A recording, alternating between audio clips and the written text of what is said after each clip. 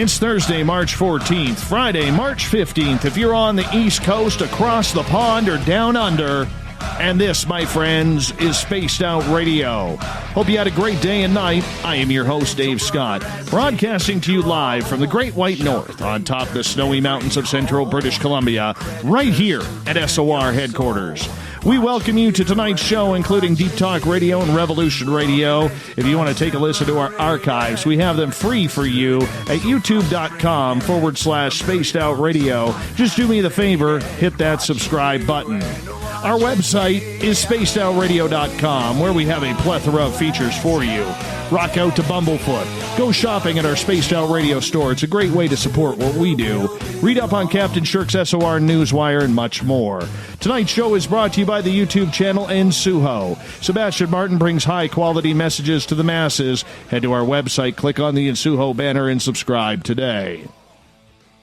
Tonight we take a look into the personal aspect of ET contact as documentarians Darcy Weir and Lustig take a look at the phenomena in depth. Beyond the Spectrum, Being Taken takes a deep look at the rich and detailed history of supposed alien abductions and the most credible cases from a whole new perspective. Taking into account the history of supposed ET visitation as a whole, this documentary provides sound arguments that alien abduction cannot be explained away by things like sleep paralysis and may actually be happening just the way the abductees call it. And once again, because we are testing out a brand new system here, do me the favor. If you've got a smartphone around North America, text 555-888, type in SOR, send that off. We are doing a test here. We want to see how it goes because we want this to work and eventually start giving away prizes on that. 555-888 is the number to text SOR to. Darcy, Lee, welcome to Spaced Out Radio for the first time. Absolute pleasure to have you both here. How are you? Hey, Dave. Thanks for having us. Yeah, this is great. We're excited to be here, man. Sounds awesome. You're coming through in great, so crystal clear. Yeah. Well, we appreciate that. We appreciate that. Thank you so much for taking the time to join us for the next couple of hours talking about this. I want our audience to get to know you guys a little bit before we get too deep into what you guys are doing your documentary on, Beyond the Spectrum, Being Taken, which can be found at Amazon right now. If you want to check it on out, highly suggest you do. Lee, let's start with you, my friend, because you're a guy from New Jersey, now living in Los Angeles. The ET phenomena, UFOs, really, really captivates you. How did you get into this field? I've always been into it ever since, I can't even remember. I mean, ever since I was a kid, I've had a little bit of a minor obsession with, UFOs, but just in the past couple of years, I've just found myself working on a number of projects that relate to this, and that really solidified my belief that there's something going on. I don't know that it's alien or paranormal or whatever, but something is going on. I believe that. There's something else out there that we don't know about. But I would say, working on that citizen hearing on disclosure, just hearing all the testimony in that hearing, if you sit through that whole thing, which is like a 6-disc box set, I think it's almost 30 hours total. If you sit through that whole thing and you still don't think that there's legitimacy to this phenomenon, then you're just brain dead. But also working with Darcy on our documentaries, I learned so much, about underground bases and all these different areas of the phenomenon that are a little bit less mainstream. And that also really shook my world in many ways. So I don't think my story is any different than anyone else, really. But, our goal is just to make films that really tackle this stuff and really try to show that there's legitimacy to it. And I think if there's a person that we're targeting as our audience, I don't know about Darcy, but I definitely would like to target the people who do not believe in this and who have kind of made up their mind already and are just totally closed off to it. Because if you can convince those people, then you have yourself a piece of strong journalism or filmmaking. I don't know, Darcy, what do you think about that? Yeah, I mean, my whole thing, I got into this when I was a pretty young guy. I was in university and I was studying life in the universe, a elective astrobiology class. I did get my major in film, but you know, you got to learn some other stuff in university, dabble in everything, and you know, they exposed us to the Drake equation, which is a mathematical equation Sir Francis Drake came up with that theorizes that if there's a galaxy full of stars, and those stars have, you know, they're in the millions, hundreds of millions, billions, what have you, then there's bound to be an amount out there that have stars like ours with rocky planets like ours are at the same Goldilocks zone around their sun, and, you know, that have water and have the ability to harbor life, and that life has evolved and became sentient, and that sentient life has created technology, and it's using that technology to travel the stars and communicate among the stars. And then, you know, the last part of the equation is how long until they use this technology to destroy themselves. So that's kind of like the way out in my theory for Sir Francis to say, okay, but, you know, maybe we're never going to communicate with other beings out there because we'll destroy ourselves, or they'll destroy themselves by the time their technology becomes so powerful that they their weapons just, you know, blow them away or what have you. And I started looking into the UFO subject back then and found that to be quite credible. You know, I was looking at earlier stuff by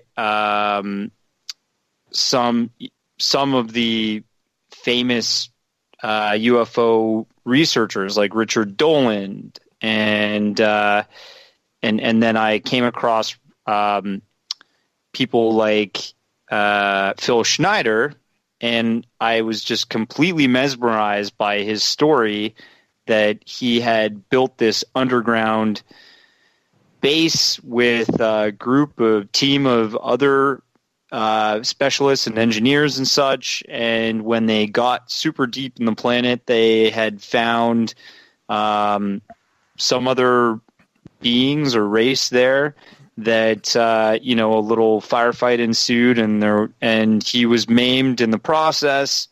Yes.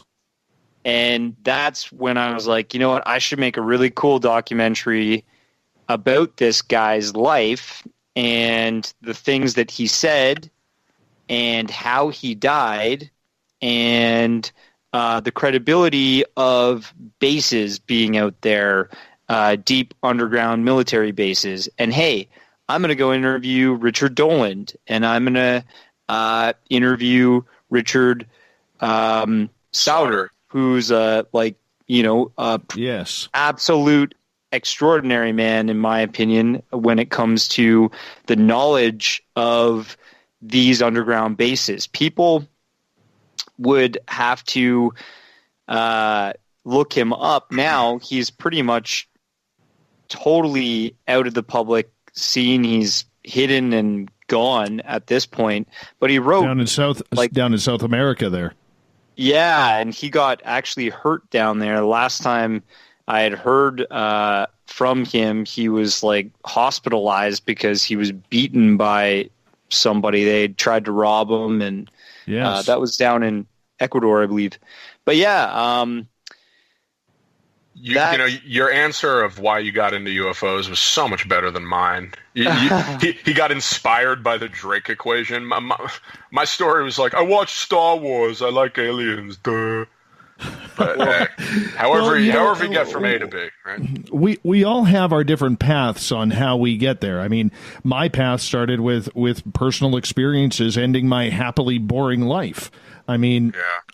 I would much prefer to be back playing my poker game with my buddies every Wednesday night rather than doing this show. I mean, that's not an insult to our listeners or the programming that we're doing, but sometimes it's the experiences, whether you've had them personally or you're just enthralled with them, that kind of lead the way into it. Wouldn't you say that, Darcy? Absolutely. I think everybody has their own way of looking into this sort of subject matter. And, some people are like you that have actually had firsthand contact and had their own unique experiences. And then there's people like me and Lee that have seen other unique things. Like I've seen UFOs. Lee has his own UFO story, but we've never seen the types of things that you have seen, and we want to interview people that have gone that extra mile and had that extra experience that we find very interesting. Hey Dave, how long did it take you to play poker again after you experienced something extraordinary? I mean, I noticed myself getting a lot frustrated. Like, everything started frustrating me afterwards. Like, I almost felt like I was wasting time. Yeah, once every, because I felt like I was letting myself down by taking this time, Lee, to go hang out with my buddies and play poker once a week. And I loved that poker game because my dad would come out and play with us, and it was just a really, really good group of dudes that would get together, about 10 or 11 of us. And all of a sudden, once my experiences started, I started feeling guilty because I felt I needed to be researching what was going on. And to take that 2.5, 3 hours once a week during our league that we had, because we had a little mini poker league that we played in, it was like, this is a waste of time when I should be trying to figure out what is going on. And eventually I started the radio show, and I had to give up the game at that time. So wow. It was... Okay. Yeah, that's when you started it. Wow.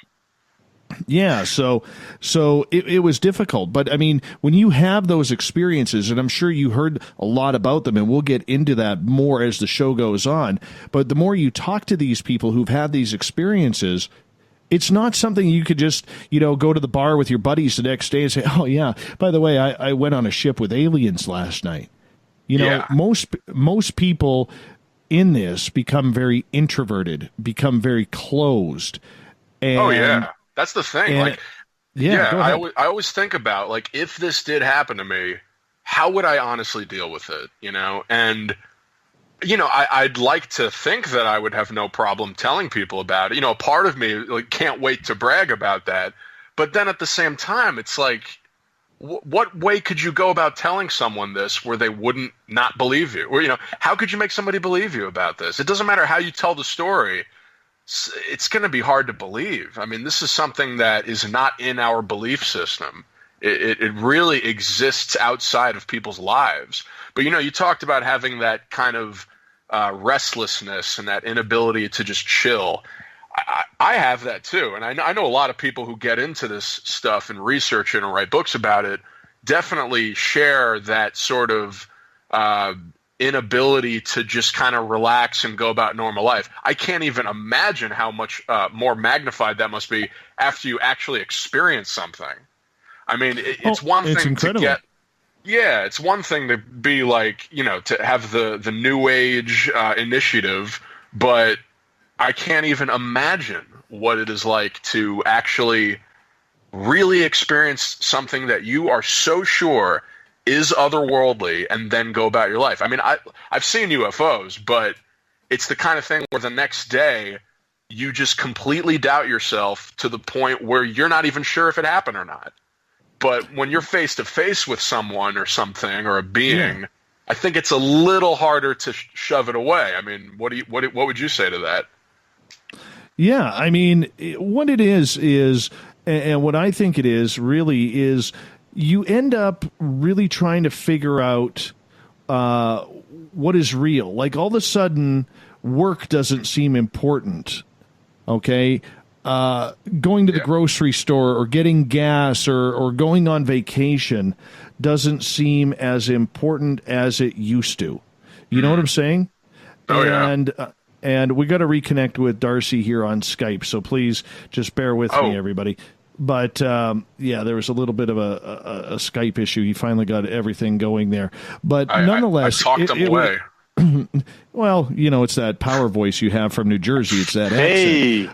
There we go. Now we got you. But, what happened? I don't know. All of a sudden, you went mute on us and... I've just been muting my mic while you guys talk. That's all. Oh, okay.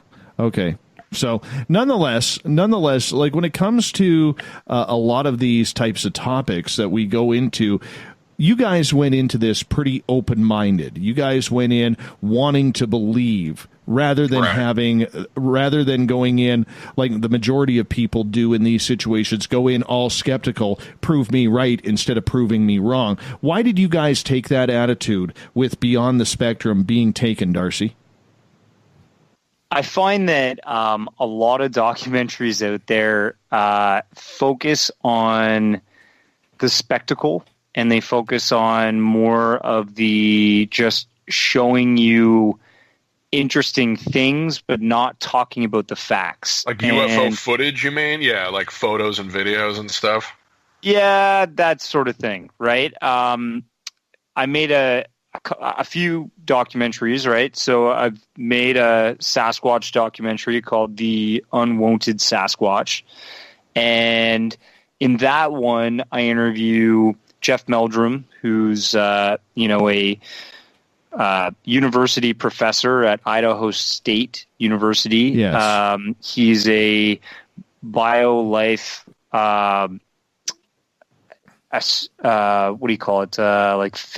physicist. So he looks at the way that animals move in wildlife.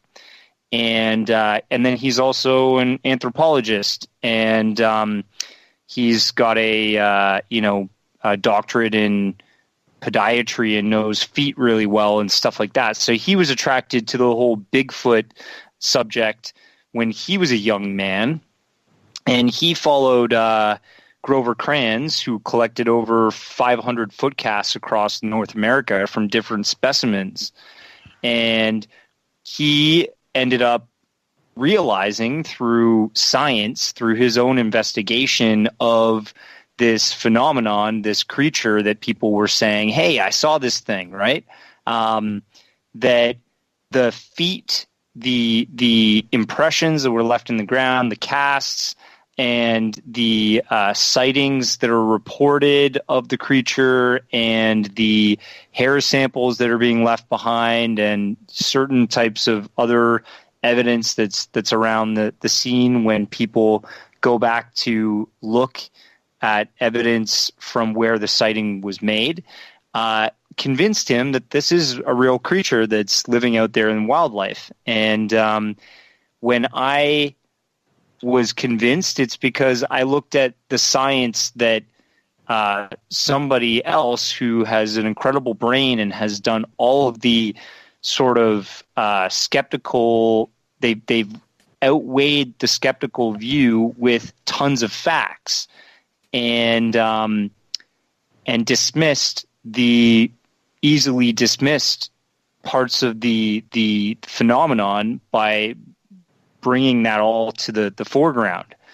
And that's when I realized, okay, I've got to make a documentary about this that can properly explain the creature, the phenomenon, the evidence that's out there to support that it exists, and just the facts of that whole reality. And I tried to do that with The Underground, the Phil Schneider piece we did. Now, people will complain, okay, Phil Schneider, I don't believe him, right? And I will say, I don't believe everything he said either. But I believe that we have underground bases and that they are being used to store things out of sight and out of sound from the public. And it's a great place to test exotic technologies and keep things locked down. So all of that seems like a reality to me. And that's really why I wanted to make Lee and I wanted to make that story, right? Then you go on to the secret space stuff. I did the Beyond the Spectrum, which was the first part in this long documentary series that I'm making and Lee is helping with too. Knock on wood. And that's when, last year, right around this time in February, I reached out to Lee. I said, hey, bud, I want to go meet up with Stephen Bassett and Travis Walton and anybody we can talk to about this whole UFO abduction phenomenon, the alien abduction phenomenon. Yeah, I had kind of known Steve, and I had met Travis before and connected with him, and Darcy, I think, had been talking to Stanton, if I remember correctly. Yeah, or Dean, honestly, I don't know how we got the idea to have Stanton and Kathleen in it. We might have just came up with that when we got the other interviews. Yeah, I think it was more we found certain subjects, and sometimes when you start interviewing one person, it kind of just waterfalls. Somebody else comes up, and then you're like, hey, we should go interview that person, and we should find out more about this from that person. And so, well, you can't have Stanton without Kathleen. I mean, that's just like they're tied at the hip.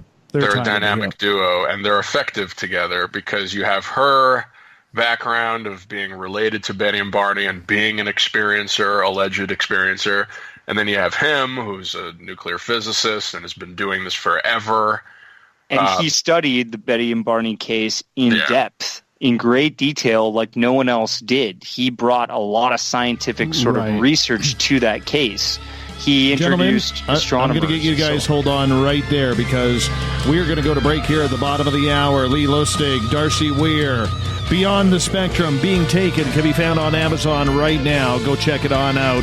After the show, of course, more Spaced Out Radio coming up right after this.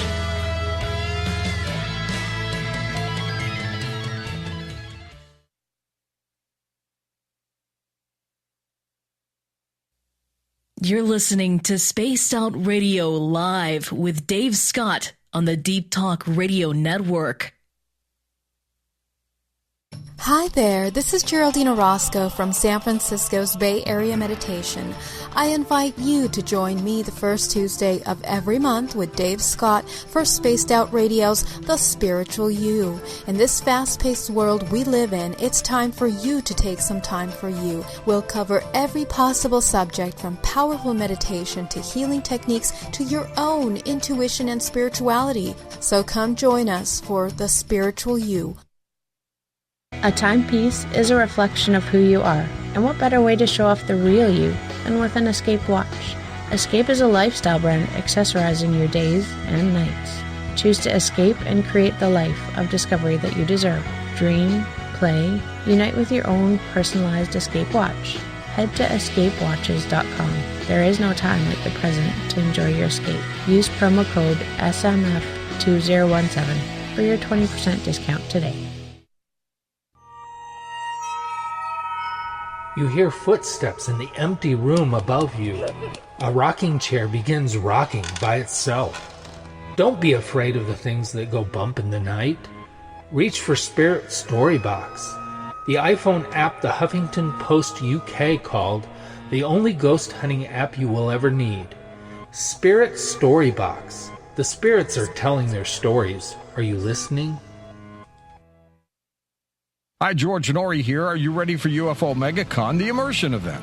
7 days, 8 nights, 50 new speakers, UFO military witnesses, experiencer groups, skywatches, and so much more. Join me at UFO Megacon, March 24th through the 30th in Laughlin, Nevada. Truly the one and only new information conference of the year. Now check it out at ufomegacon.com. That's ufomegacon.com.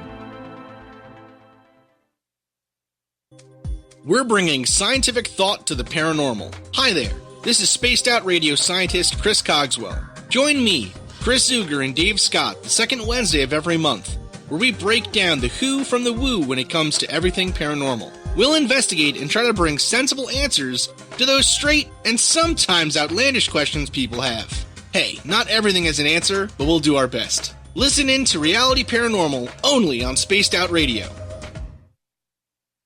So, you love talk radio? Then you'll love TalkStreamLive.com. TalkStream Live is always on, 24/7, with the best streaming talk shows. Find your favorite talkers and discover some new ones. It's free, readily available online or on mobile with any smartphone or tablet. Finding your favorite talk shows all in one place has gotten a whole lot easier. Just go to TalkStreamLive.com. Be sure to download the free apps from Google Play or the iTunes App Store.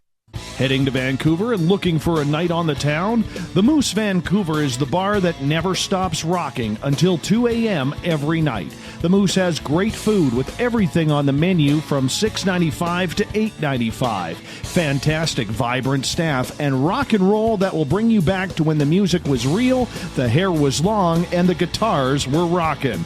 Get your party on at the Moose Vancouver, the official party bar of Spaced Out Radio. Are you intrigued by Paranormal Talk Radio? You'll love the new Paranormal Radio app from TalkStream Live.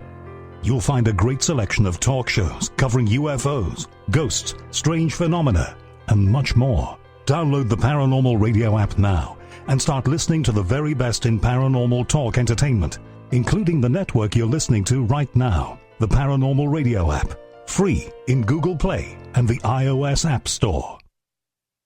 Hello, this is your guitar man, Ron Bumblefoot Thal, and I have to tell you, I love the response I get for Little Brother is Watching from Spaced Out Radio fans. It's amazing how music can inspire and make people think deeper about what's going on in the supernatural world. You can head over to my website, bumblefoot.com, to check out my music, my guitar workshops, my touring, even check out some of the hot sauces that I'm working on. And make sure you keep on listening, because with Spaced Out Radio, you know Little Brother is watching. Did you know Spaced Out Radio runs 7 days a week? Hi there, this is Tessa Nicole Thomas, and I'm here to take you on a paranormal journey each Saturday and Sunday night. Why change the station when you have it all right here? Together, we'll hang out and share some strange and scary stories. And don't forget, we have Psychic Sundays as well, so come tune in Spaced Out Weekend. We get going at 9 p.m. Pacific, midnight Eastern, only at spacedoutradio.com, where we own the night. Coming soon to our website, spacedoutradio.com, is the SOR Space Travelers Club. For just $5 a month, you can get into a private area on our site where you can hang with other listeners in our chat room, post in our forum, and check out a bunch of exclusive content and store that won't be found anywhere else, including a nightly after-show party with Dave. It's going to be the best $5 a month you're going to spend. The SOR Space Travelers, only at spacedoutradio.com. Visit purpleplates.com today. For over 40 years, the Purple Energy Plates have been delivering amazing results for their many customers. Inspired by the great genius Nikola Tesla, the harmony, healing, and energetic effects of the plates have proven over and over to be beneficial and often miraculous to thousands of customers. Check their site for daily specials and choose from their many energy products. You won't be sorry. Visit them today at purpleplates.com. Looking for a place to advertise at a very reasonable cost? Look no further than Spaced Out Radio. SpacedOutRadio.com has an advertising tab that you can click to check out our daily, weekly, and monthly packages to play on the radio, or our website including social media. From commercial spots to banners, we have it all. Check out our competitive pricing today. Are you tired of being blocked, shadow banned, or placed in jail for simply posting your thoughts on social media? Social Media Freedom can take care of that for you. Social Media Freedom is the newest and one of the best free new apps that allows you the freedom to post what you want when you want. It takes seconds to download from your app store. Come join the tribe at Social Media Freedom. It's time to set yourself free.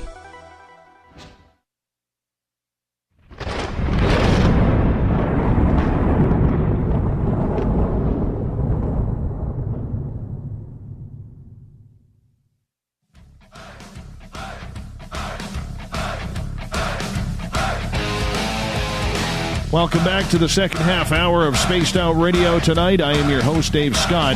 Thanks for coming along for the ride tonight. Remember, do me a favor. We're testing something out tonight. 555-888. That's 555-888. Text SOR and the town that you are, or city you are calling from. Because we're trying to build this up. We want to do a bunch of tests here to start eventually in the future some giveaways on the text system. 555-888. Let us know where you're listening from and type in SOR and send it off. We'd appreciate that. Thank you. Tonight we are talking with Lee Lustig and Darcy Weir. Beyond the Spectrum being taken. It's about ET abduction, taking a very intimate, in-depth look at this. You can find the documentary on Amazon.com. I highly recommend all of our listeners to come out and support this, because the more we get information about these subjects, and this is very, very well done, the more we're going to all learn. Darcy, Lee, welcome back to Spaced Out Radio. Thank you so much. Thank you so much. Thank you, Dave. And yeah. Go ahead. I mean, where I left off, I was just trying to say, making these documentaries, we're trying to come at you with the most facts about each subject. And with this subject, alien abduction, that's it's quite a controversial part of the phenomenon. It's controversial enough to say alien beings are coming to our planet and they're flying around in these disc-shaped vehicles that travel, at crazy speeds and can warp in and out of our sort of visual spectrum and so on and so forth, right? That's a hard pill to swallow. And then you're going to say, and I've been on the ship and they've taken me. And they're taking average Americans who are living in, Bumble F, Minnesota. That's hard to believe, and people question that. People go, oh, why them? Why take some random farmer? That's what everyone's beef is with learning about this. Yeah. Guys, I want to ask you, because, I've talked to a lot of people who have walked into this field. Okay, much like you guys did with a main interest, they've put some great footage on camera, and I think yours stands up quite high to what I've seen in the past. Everybody goes to people like Richard Dolan, Stanton Friedman, because that's the way you make the name. That's how you get the connections. It's very, very understandable, very real. But the concern that a lot of people have in the UFO community is the fact that every time they turn the television on and there's something about UFOs, there's Stanton, there's Richard, there's Steve Bassett, there's Kathleen Martin, there's whomever. It's the same faces, each one. So when you guys were doing this, did you think about that, the fact that, yes, these guys are absolutely everywhere? Or was it more to the point where we need people to take what we are doing seriously, and this is the way we're going to do it because we want to try and get that different angle? Darcy, I'm going to start with you on this one. Well, yeah, I mean, we wanted to first tell aspects about the people that we hear about, right? Yes. We wanted to tell different aspects from their point of view. So we talked to Stan Friedman, and we asked that age-old question. He was actually pretty aggravated when I asked him, on camera, why don't these UFOs and aliens just land on the White House lawn? And he replied, well, quite eloquently, and explained all the reasons why they wouldn't do that and and just historical references to, for example, back in the 50s, there was a sighting above the White House, and Lee is better at explaining that part than me, but I just would like to say I'm like Stanton. I get angry with that question just like he does. Yeah, but no, go ahead. What you were saying? We ask the questions that the skeptics ask, basically, right? And we try to get to the bottom of the truth with these same people that you're always seeing. They're credible. And they are credible people, and people are kind of getting UFO fatigue from them, maybe because they've heard just about everything they want to hear from maybe some of these people. I can't get enough of what Richard Dolan says. I think he's an amazing guy, and he should never stop. And he's contributed so much to this. But I do believe that you got to ask the really hard questions to these people and see how they react. And we were super impressed with the way Stephen Bassett handled the subject, because even Stephen Bassett, he is very prominent when it comes to the politics side of disclosure. He's not very well known for abduction. And so we wanted to bring him in to see what he had to say about this. And he's basically never mentioned it on camera as far as I know, or definitely not in the hearings that he's done. Exactly. And then with Kathleen, she talked about her experience in very intimate detail for supposedly the first time on camera as well. So there is some stuff in there for the people that really know these people already. Right. We mainly wanted to appeal to the more skeptic audiences. Yes. I think a lot of the time in this documentary is devoted to trying to entertain other possibilities of what alien abduction could be. Is it sleep paralysis? Is it a hallucination? Is it drugs? Is it this and that? That is something we spent a lot of time dealing with.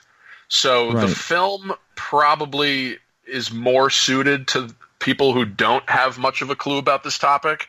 We also spent a lot of time talking about the history of abduction, giving you an overview, and like you said, talking about well-known cases and talking to people that UFO researchers have heard enough from already. But these are just great people to give you an overview, and these are credible stories. Betty and Barney and Travis Walton are just really credible stories. Fantastic for decades. Yeah, so I think one of the things too. Go ahead. Okay. All right. Well, yeah. No, I was just going to say the other thing is our whole style with this documentary is we want to reach out to the agnostics, the people that have an open mind. They don't know whether to go one way or the other, and we know that the skeptics have no open mind towards this at all. None whatsoever. They are so heart set on denying and disbelieving anything that's outside of their box. But an agnostic, somebody who believes that, there could be science, there could be credibility behind some of the most incredible ideas, all of these discoveries in science didn't happen until somebody asked a really hard question. And we're just asking a hard question and putting some of the best evidence behind it.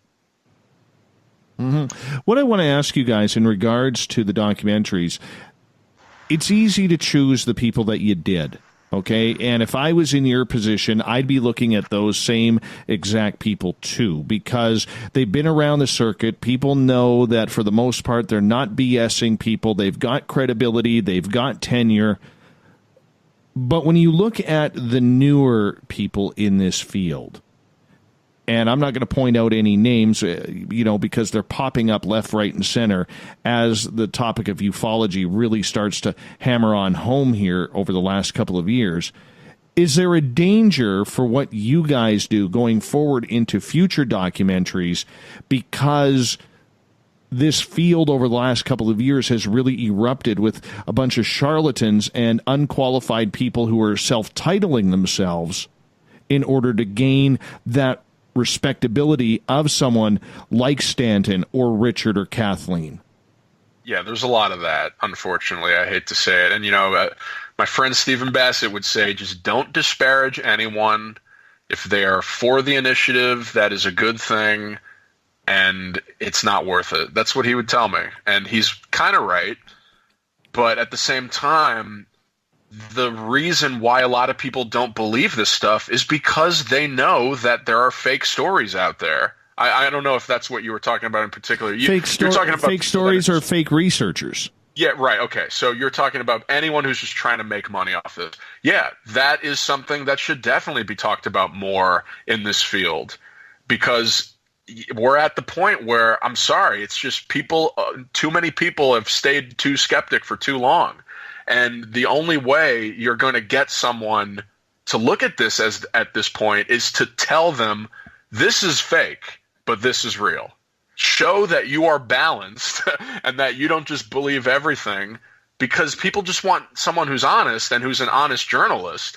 And, we're trying to do that. I hope we're achieving something close to that. But, yeah, I mean, in our film, we talk about stories or cases or even researchers, maybe very briefly, who we're not so crazy about.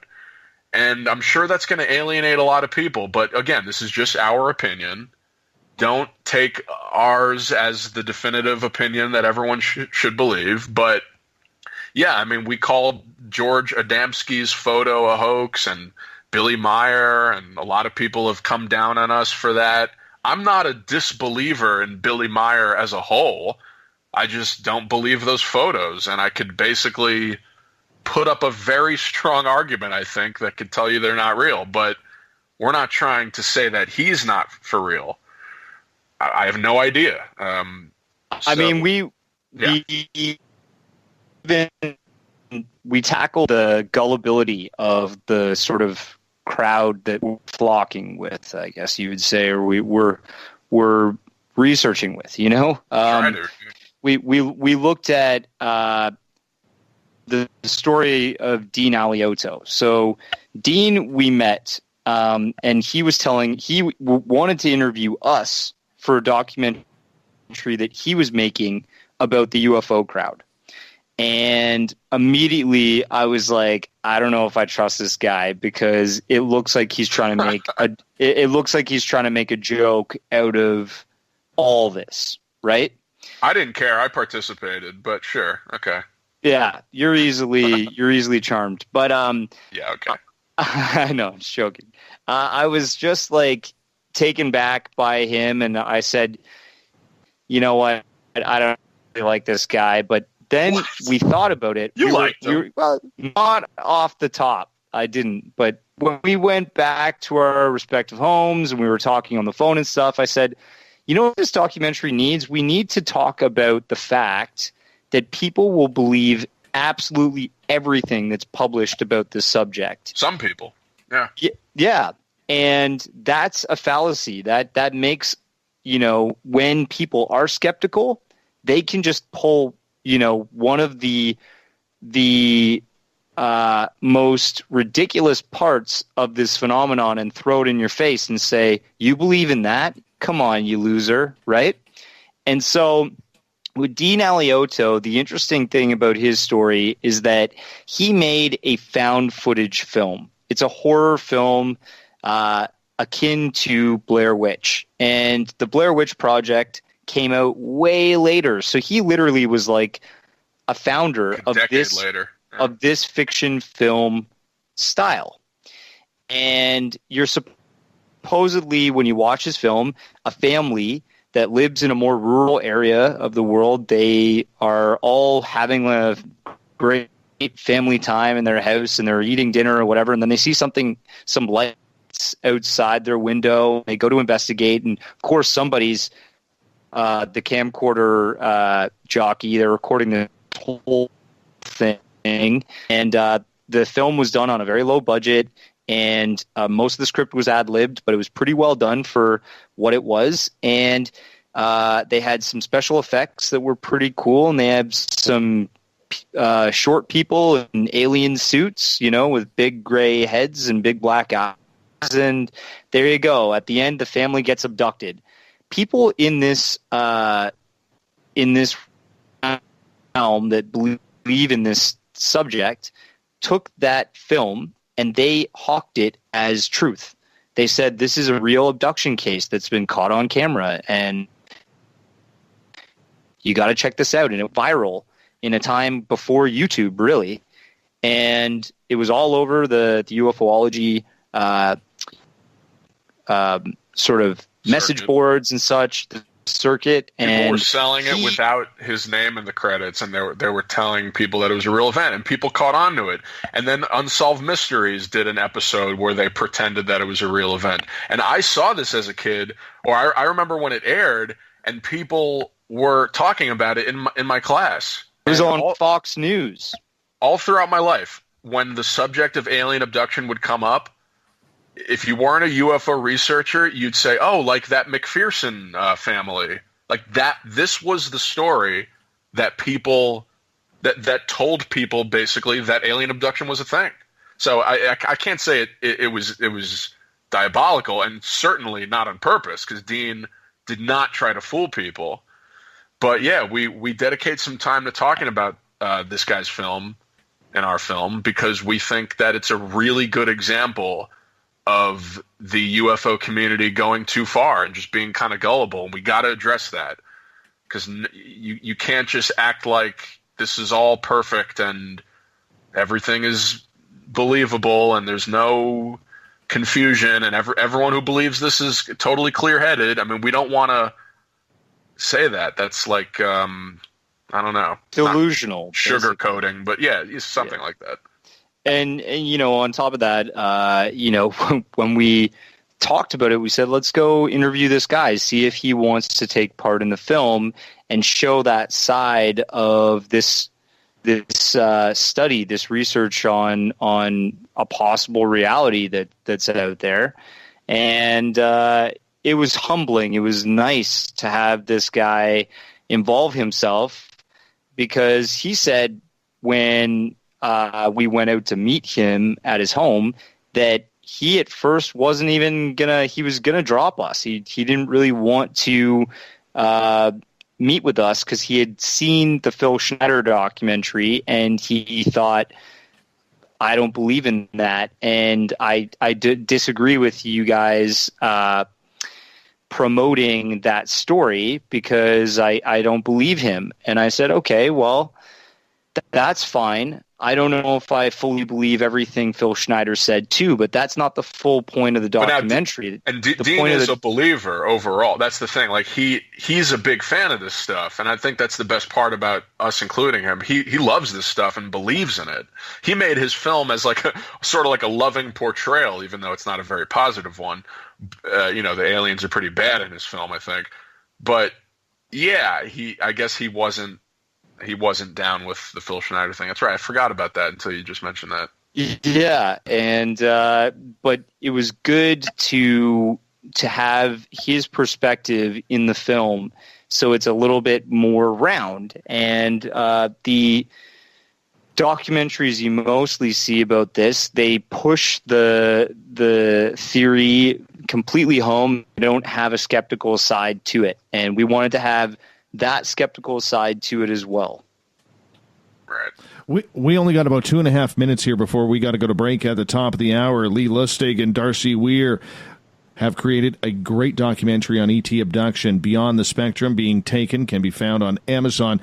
Gentlemen, as we start to move more into the film now and prepare to speak the next hour about it, are you believers now? Lee, let's start with you. Are you 100% convinced that this isn't some dream, hallucination, something intoxication would bring on? Are you fully convinced that ET abduction is happening? I'm sorry to disappoint the skeptical viewers, but yeah, I'm pretty convinced, honestly. I mean, maybe I'm an idiot, maybe I'm gullible, but yeah, I really do believe a lot of these people that are saying this happened to them. I don't believe all of them. In fact, there's a lot that I don't believe, but oh yeah, I just feel it in my gut that this is a thing. Yeah, there's just too many stories. It's been told by too many people. So, and how about you, Darcy? Absolutely. I believe when you look at the evidence, the amounting evidence that there are too many people out there having very similar experiences, missing time, clean bill of mental health. Don't forget that. Clean bill of mental health. They're regular people like you or I. They're not looking for fame and fortune. They're just looking to tell their experience that something traumatic happened to them, and it shook their world. It shook their reality. I want to believe that, and I do believe it. It is definitely something, and I know from an experiencer standpoint that changes you. It changes you to the point where you want to tell the world, but you're fearful of the reaction because there are so many people out there who don't know you and are immediately going to have every answer under the sun to explain what you explained when it was so real and life-altering for you. That is the difficulty that I believe is between the big blockage between the experiencer and the person who is skeptical. And I'm not saying that skeptical people shouldn't question things. Absolutely, they have to. There's too many foolish shysters out there not to. But this is happening. This is real, and this is why we talk about it. Gentlemen, you hold on. We're going to take a break here at the top of the hour on the mighty SOR. Beyond the Spectrum, Being Taken, can be found on Amazon. We got the creators of this documentary on tonight. Darcy Weir out of Vancouver, British Columbia. Lee Lustig out of Los Angeles, California. More ET abduction talk right after this on the mighty SOR. We'll be right back.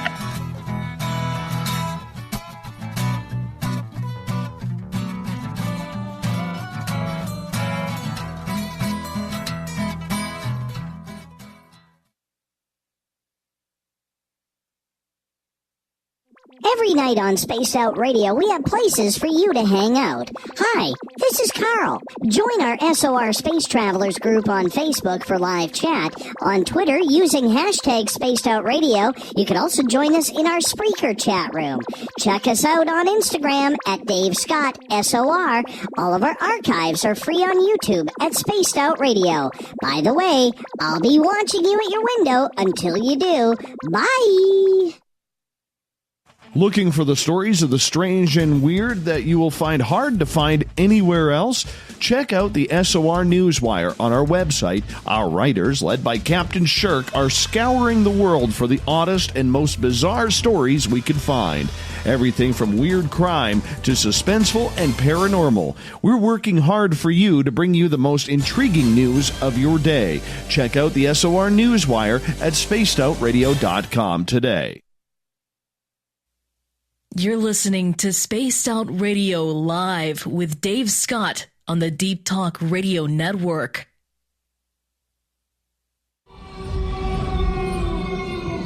Hey, this is Canadian Paranormal Investigator Mike Moore.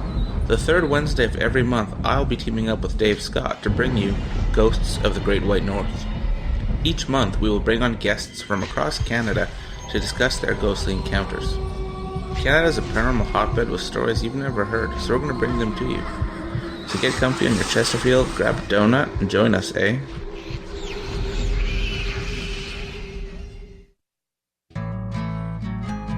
Looking for a place to advertise at a very reasonable cost? Look no further than Spaced Out Radio.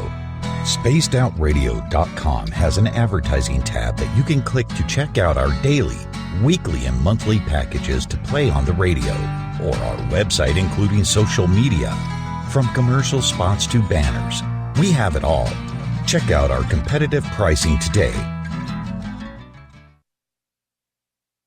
So, you love talk radio? Then you'll love TalkStreamLive.com. TalkStream Live is always on, 24/7, with the best streaming talk shows. Find your favorite talkers and discover some new ones. It's free, readily available online or on mobile with any smartphone or tablet. Finding your favorite talk shows all in one place has gotten a whole lot easier. Just go to TalkStreamLive.com. Be sure to download the free apps from Google Play or the iTunes App Store. You hear footsteps in the empty room above you. A rocking chair begins rocking by itself. Don't be afraid of the things that go bump in the night. Reach for Spirit Storybox, the iPhone app the Huffington Post UK called the only ghost hunting app you will ever need. Spirit Storybox. The spirits are telling their stories. Are you listening?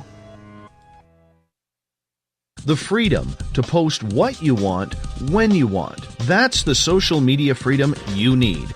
Social Media Freedom is the free app in your app store. No need to worry about going to jail or being shadow banned any longer. It's the freedom to say what you feel. The freedom to know Big Brother isn't watching. It's the way social media is supposed to be. Social Media Freedom. It's time to set yourself free. Download from your app store today.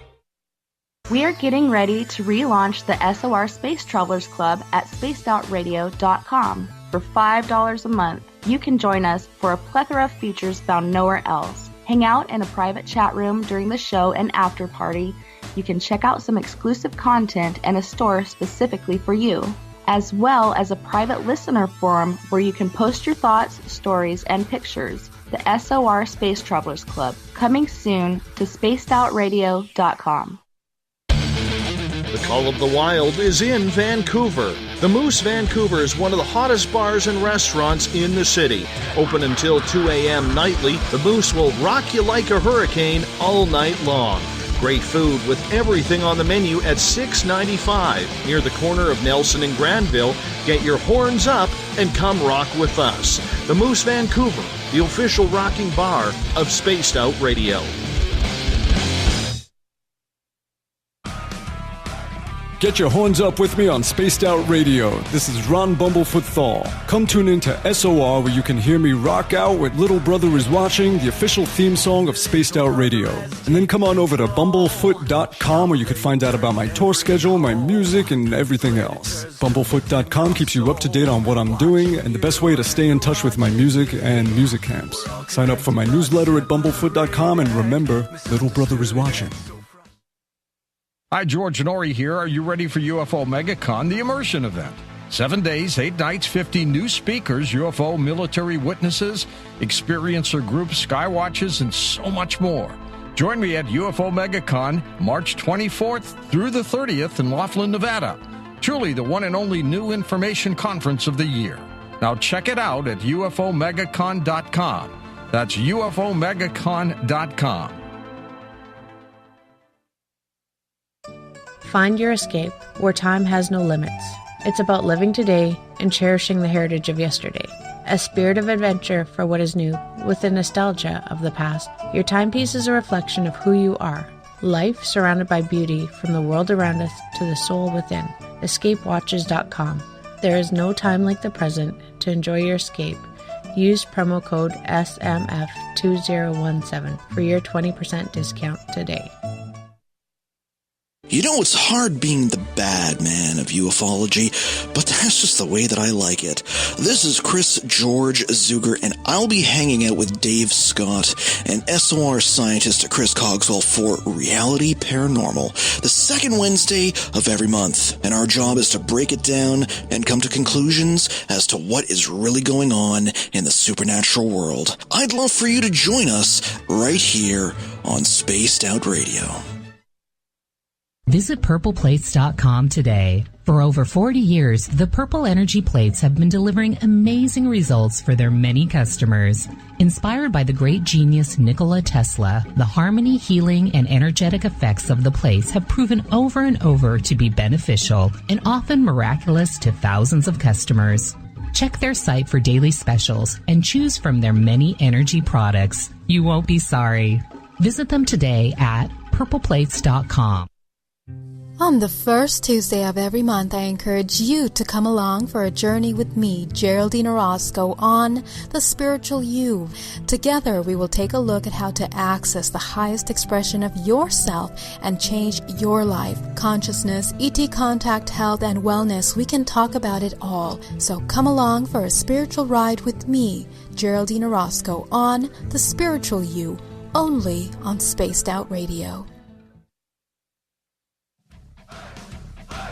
You're listening to Spaced Out Radio with Dave Scott.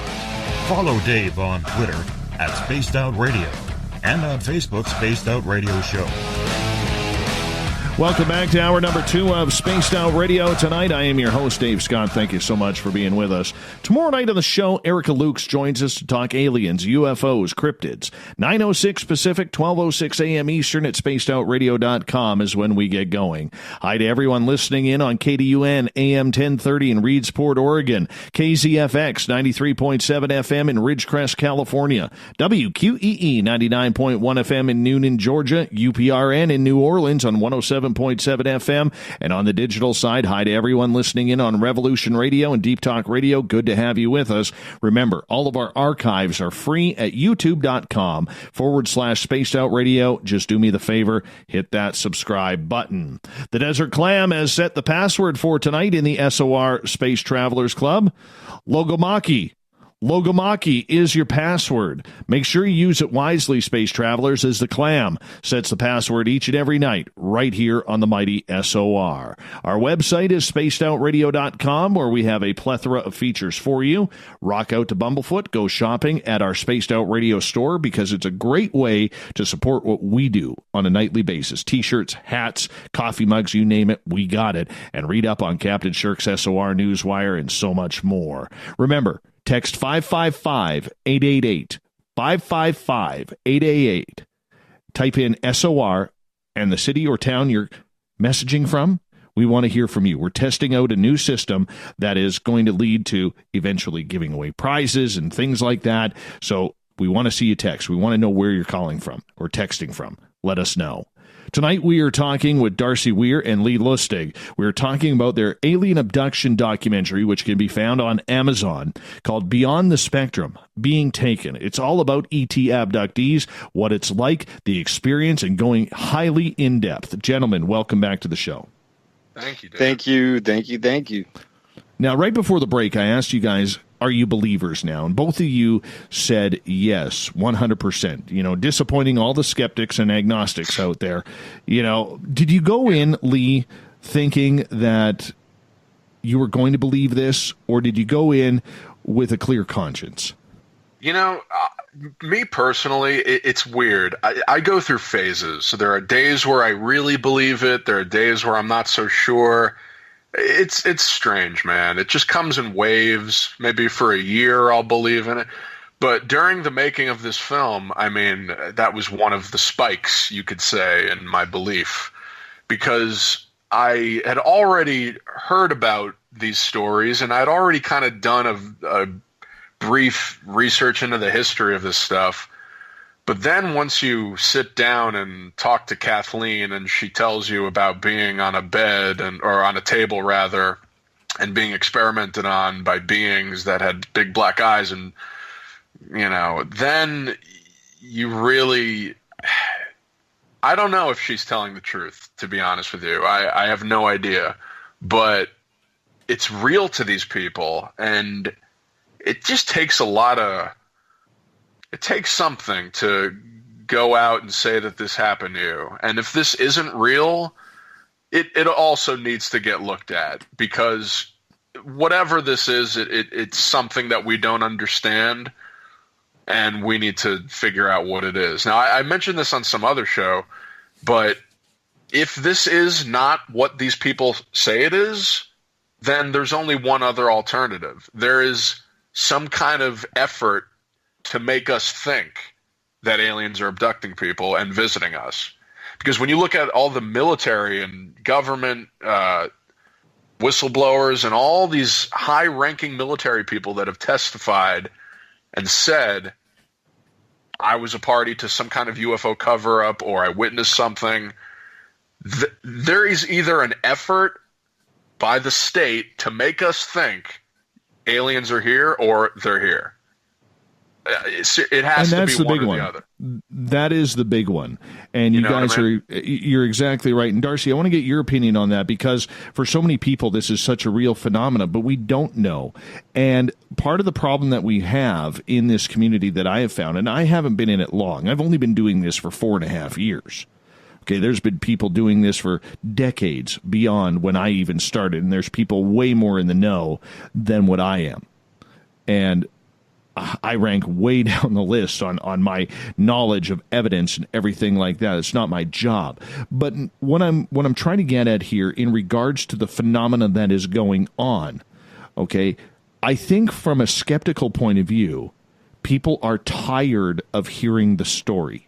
Doesn't matter if they've heard it a 1,000 times like Travis Walton's, or they take someone like Samantha Mowat, who they're hearing it for the first time. They're tired of the stories, and that's where the skeptics, I think, come in. Where is the proof? Because we can take someone's word, but we don't know if it's a Dr. Seuss novel or if it's the real deal. And that's, I think, the biggest problem, Darcy, that we have with people who are skeptical. They just want the answers, but they want the proof of those answers, and that proof is not out there. So it's easier to say it's not happening than it is. Well, I think there is enough proof out there to prove it from a sort of court-based system. You know, like if you see a murder happen and the person is dead and 3 people see the same thing and you go to court and you testify, that person that committed the murder can be sent to jail for life or be on death row because of your testimony and your eyewitness account. We've got people that are trained pilots. They know how to rule out what is an aircraft and what isn't, and what we've got people that are astronomers that can rule out planets and satellites and other astral bodies from UFOs. But then we have, these same people that have come forward and said, I've seen a UFO, or I've had a experience with, first contact or close encounter of a third kind. And I think we should believe these people if they're not looking for anything except for your trust, and they have other people. Travis Walton, for example, his case was witnessed by a plethora of people, and they did lie detector tests, and they all passed with flying colors. But more importantly, they stick to it. You know, I think what's even more telling than a lie detector passing is the fact that to this day, they're still saying it happened with the exact same level of conviction. I mean, that really is not easy to do if you're telling a lie. It's just, and there's no point. And there's so many there's so many side effects that outweigh the benefits of doing that. Mm-hmm. Either way, you're going to get ridiculed, whether it's true or not. So, I don't know. Well, the psychologists out there will say, though, that if you tell a story long enough, you're going to memorize it. That's true, too. Yeah, so therefore, how can you say that your story never changes and use that as an argument? Well, that's the thing. That's why I think a lot of these, like you said, a lot of people, and they're not wrong for feeling this way. This is perfectly acceptable. They need the proof. They need the photo or the video or the whatever. But they need to have literally the abduction experience themselves. They literally need to experience it. But here's what I think about that in terms of videos and proof and photos. Don't you think if that was let's say you are an alien race and you are abducting people because you want to do an experiment. You want to see how the human race is doing. You want to see what they're made of, whatever reason they might be abducting and experimenting on people. Let's say you're doing that. Wouldn't you not want them to know that you're doing this?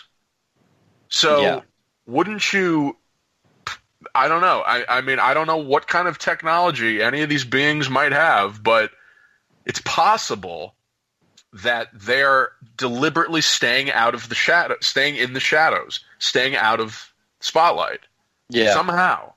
Well, I mean, I've got a I've taken my film with Lee, and I've reached out to different Facebook groups and pages and stuff and said, hey guys, here's our film, like take a good look at it, and let us know your thoughts, give us your feedback, it's important.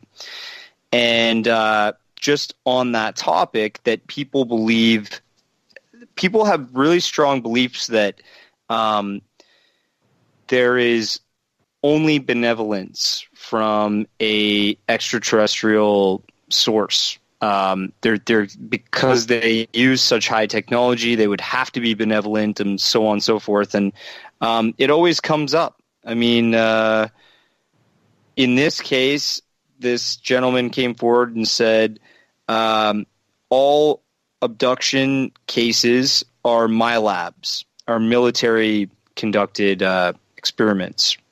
And he said, and they use deformed people also. So I guess he's saying that the ETs are deformed people. And then another guy came forward and said in reply, it's certainly possible that many are, but all of them, I find it very unlikely. I think there are other, more plausible explanations that don't conflict with anyone's wishful thinking, preconceived notions, or personal beliefs. And then the guy came back and said, all of them except for 4 in history. And that's because they asked after seeing them. And all 4 were very benevolent. The first known publicized abduction was the Barney and Betty Hill case in the 1950s and 60s. Even they were MILABs, military abduction squad. The conditioning has been going on for decades. And then this guy comes back and says, I'm sorry, Ron, I just don't know how anyone can be so certain of such a thing, or why this idea of the total benevolence of ETs seems to be a requirement for contactees, except most think it's necessary to have faith, in quotations, in order to facilitate an encounter. It seems to me, I know by my own experiences, that it's not. And honestly, I don't trust anyone or anything fully who operates in the manner that they do. I'm willing to give them the benefit of the doubt, and that has worked for me. The MILAB theory is just that, a theory proposed that a small handful of people, and it just doesn't add up to the statistical data, but I don't know all the facts. I'm not sure if anyone does. All benevolent or not doesn't really matter in the long run, because if they're not, there's nothing we can do about it. I've spent years picking apart the whole thing, and I've been in both so-called camps. They're both missing some critical element, something profound yet unrealized. I'm not sure what it is, but I know that I'm done with belief. I don't need it. And so there you go. I mean, that little squabble back and forth is the type of thing that I want to see when we post our documentaries, because people will share their opinions on the phenomenon, and both those guys were apparently speaking from beliefs about the subject, and maybe one of them was saying he was a contactee, and I think it's fascinating, and in my opinion, we live on a world that's full of predators. It's a predatory nature. There is some benevolence to wildlife, saving other wildlife, and humans can be benevolent, so why can't that reflect out into the cosmos? Sure. But I think there's got to be predators out there too, not literal ones that are lurking in the jungle trying to kill Arnold Schwarzenegger and his gang, but I mean extraterrestrial beings that are malevolent, that may... That is what he was. Yeah, he was. But hey, man, Predator was real. No, he wasn't. But I think it's the theory that we're not alone and that some are out there to take advantage of us, just like we've taken advantage of the third world. We go to Mexico, we go to these developing countries, the we Stephen pop Hawking, up a factory. thing. Yeah. Sure, something like that, but more mischievous and more hidden and out of sight. Yeah, he said that if aliens ever came, it would be like if Columbus discovered America, only 10 times more advanced and horrible. Yeah, he could be right. Could be right. Lee, for you in your documentary, Beyond the Spectrum Being Taken, was there a moment there that really stuck out for you in one of the stories that you heard? I mean, in terms of what? Just the abduction? Credibility or just shockingness? The abduction, just a piece of it that just kind of just hit you and said, oh my God. Man. I don't know. There's so many things, so many little details. I mean, just learning about exactly what happened in the Betty and Barney Hill story, because I think a lot of people they kind of screw up that story, and I've seen it been told incorrectly, because not many people know. I personally, this did really connect with me. I found this really interesting. Not many people know that they saw the UFO. Barney supposedly saw beings in the window. They drove away, and then everything after that was wiped from their mind. They didn't have any memory of it at first. They drove home. They kind of came to, didn't really know what just happened. They drove home. They felt really weird. I remember Barney checked his genitals, and they both felt compelled to shower, and they had left their bags in the front entrance of the house because they somehow thought that they were then learning that they had this vague memory over the course of the next couple of days. These kind of faded, blurry memories came back of seeing this fireball in the middle of a field and not knowing what that was. And I guess that was them seeing a landed craft. And then over more time, Betty started to have dreams that they were led out of the vehicle, maybe pulled over by cops, some men in uniform. One of them had a black hat, walked them out of their car. And Barney thought that this was just her having dreams, and he kind of told her to shrug it off and just go about their lives. But eventually she kept insisting, no, I keep having these dreams, and I think it's a memory of what happened to us that night.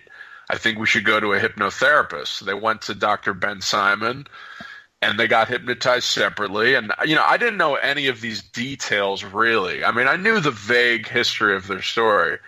And then I listened to the hypnosis tape in full for the first time when we made this documentary. And, to me, it's really convincing that they're telling the truth, that something happened. They experienced something, whether it was a hallucination instilled on them somehow, or it really was what they say it was.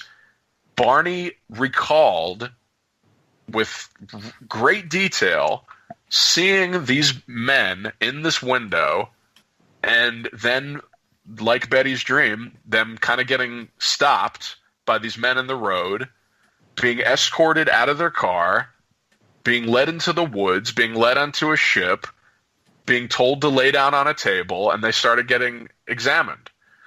And these details were coming to Barney, and he's telling them in this hypnosis tape.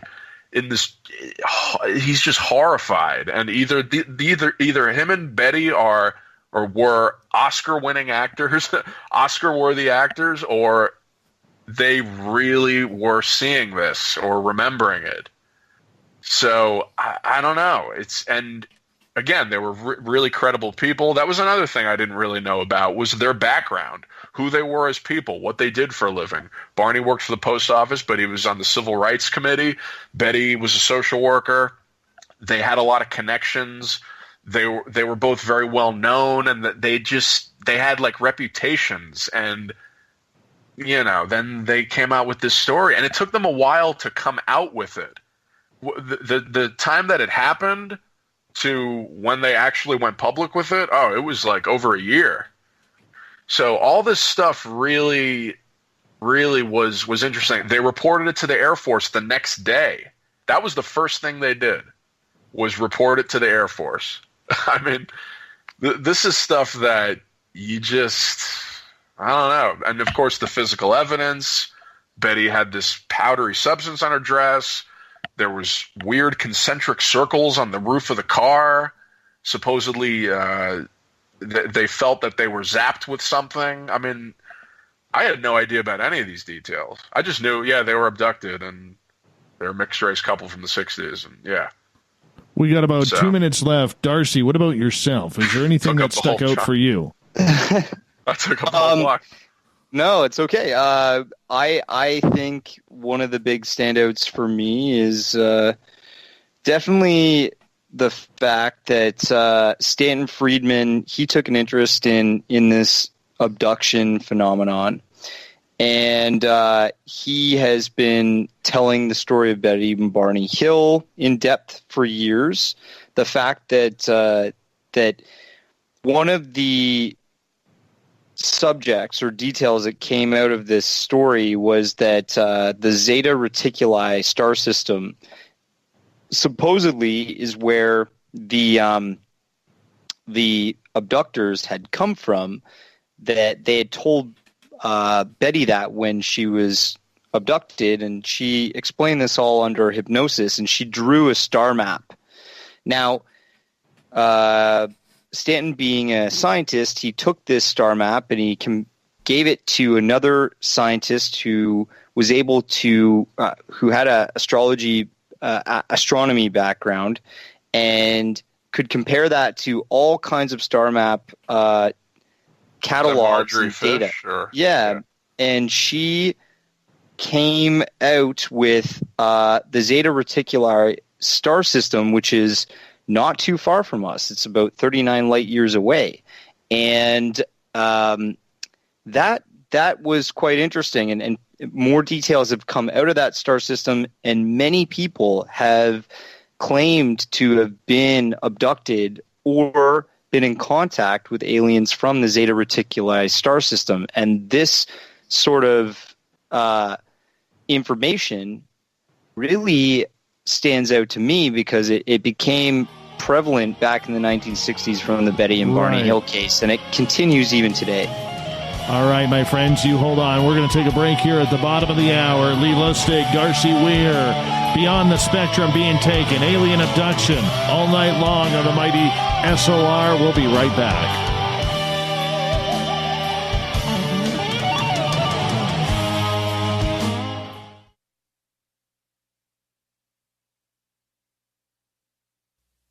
You're listening to Spaced Out Radio Live with Dave Scott on the Deep Talk Radio Network. Coming soon to our website, spacedoutradio.com, is the SOR Space Travelers Club. For just $5 a month, you can get into a private area on our site where you can hang with other listeners in our chat room, post in our forum, and check out a bunch of exclusive content and store that won't be found anywhere else, including a nightly after-show party with Dave. It's going to be the best $5 a month you're going to spend. The SOR Space Travelers, only at spacedoutradio.com. We're bringing scientific thought to the paranormal. Hi there, this is Spaced Out Radio scientist Chris Cogswell. Join me, Chris Zuger, and Dave Scott the second Wednesday of every month, where we break down the who from the woo when it comes to everything paranormal. We'll investigate and try to bring sensible answers to those straight and sometimes outlandish questions people have. Hey, not everything has an answer, but we'll do our best. Listen in to Reality Paranormal only on Spaced Out Radio.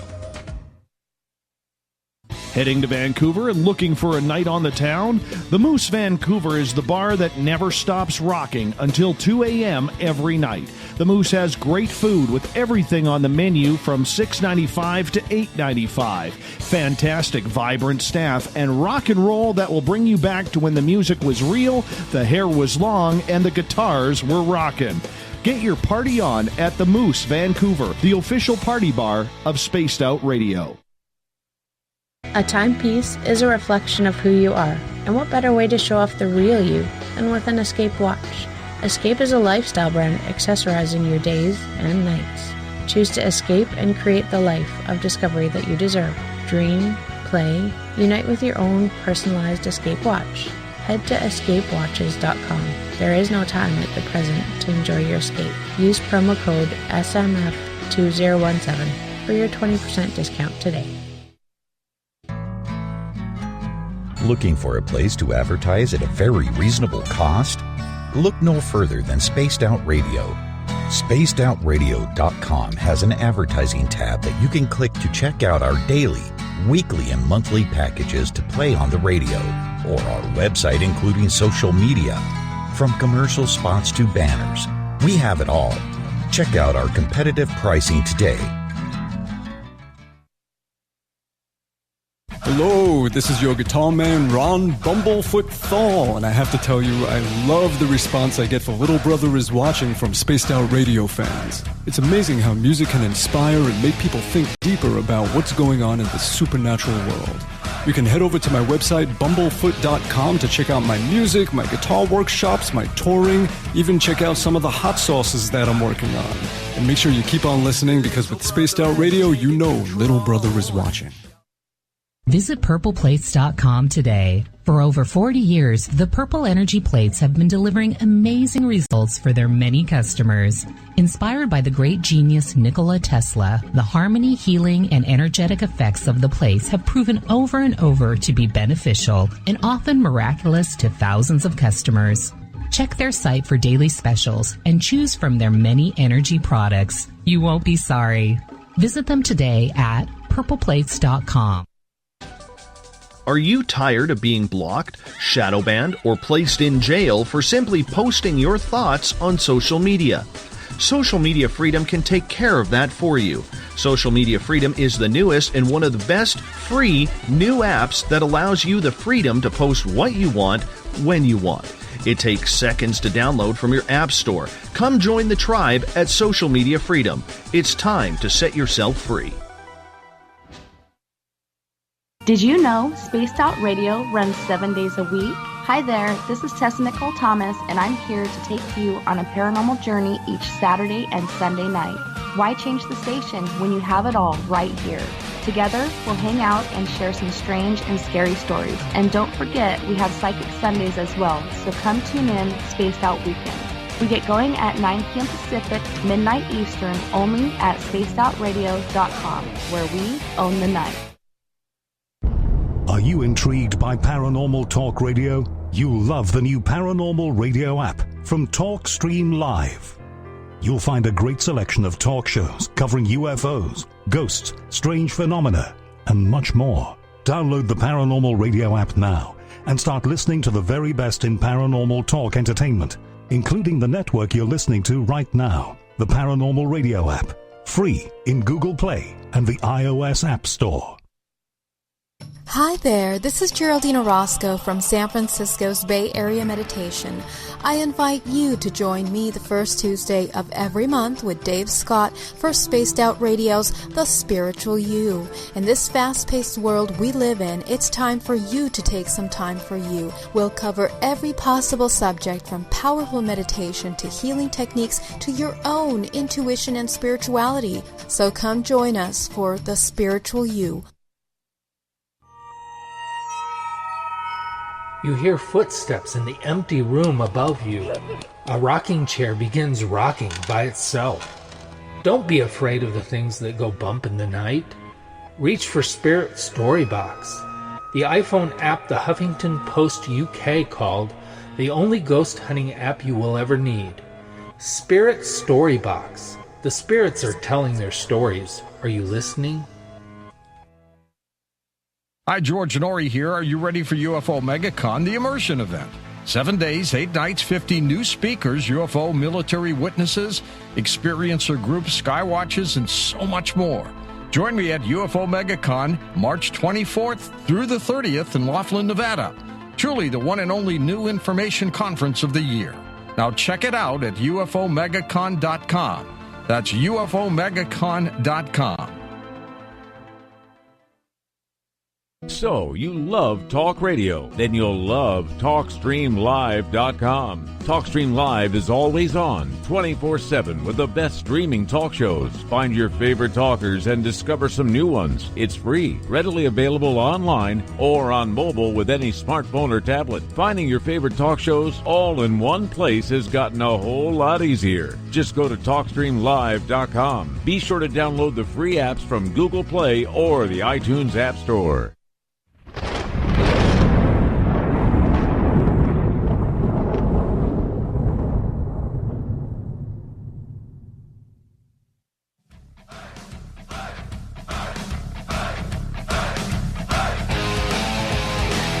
We passed the halfway point of Spaced Out Radio tonight. I am your host, Dave Scott, sitting in the captain's chair of SOR headquarters in the frozen Canadian tundra. It's starting to melt. Hey, I actually see pavement on the roads now. That's how low the snow is getting. Yes, we are melting here in the just above temperatures. Want to remind all of you before we bring back our guests, text 555-888. That's 555-888.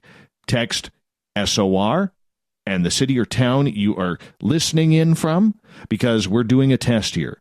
We want to start building our text system so that way we can start giving away prizes in the future and other types of ideas we have. 555-888. Really would appreciate if you give us a hand with that. Tonight we are talking with the creators of the documentary Beyond the Spectrum, Being Taken. It can be found on Amazon. Darcy Weir and Lee Lustig are our guests tonight. Gentlemen, thank you so much for taking the time with us. Yes, happy to be here. It's been an exciting night. It's been flying by, absolutely flying by. In regards to doing this documentary, how much did it open up your eyes, Darcy, to the fact that not only is this phenomenal very real, the people are experiencing it, but did you catch yourself all of a sudden looking up to the stars a little bit more? Did you find yourself starting to go into those conversations as the UFO guy out at the bar or the parties or something along those lines? Did it change you? I think for me, the first documentary I ever did made me start doing that, and I quite honestly have probably lost friends from my beliefs and my interest in this phenomenon. In Canada, it's a smaller pond we swim in, it's a smaller population, and not everybody's into this stuff. Have you really lost friends by this? How does that happen? 100%. Oh yeah, guys I went to high school with.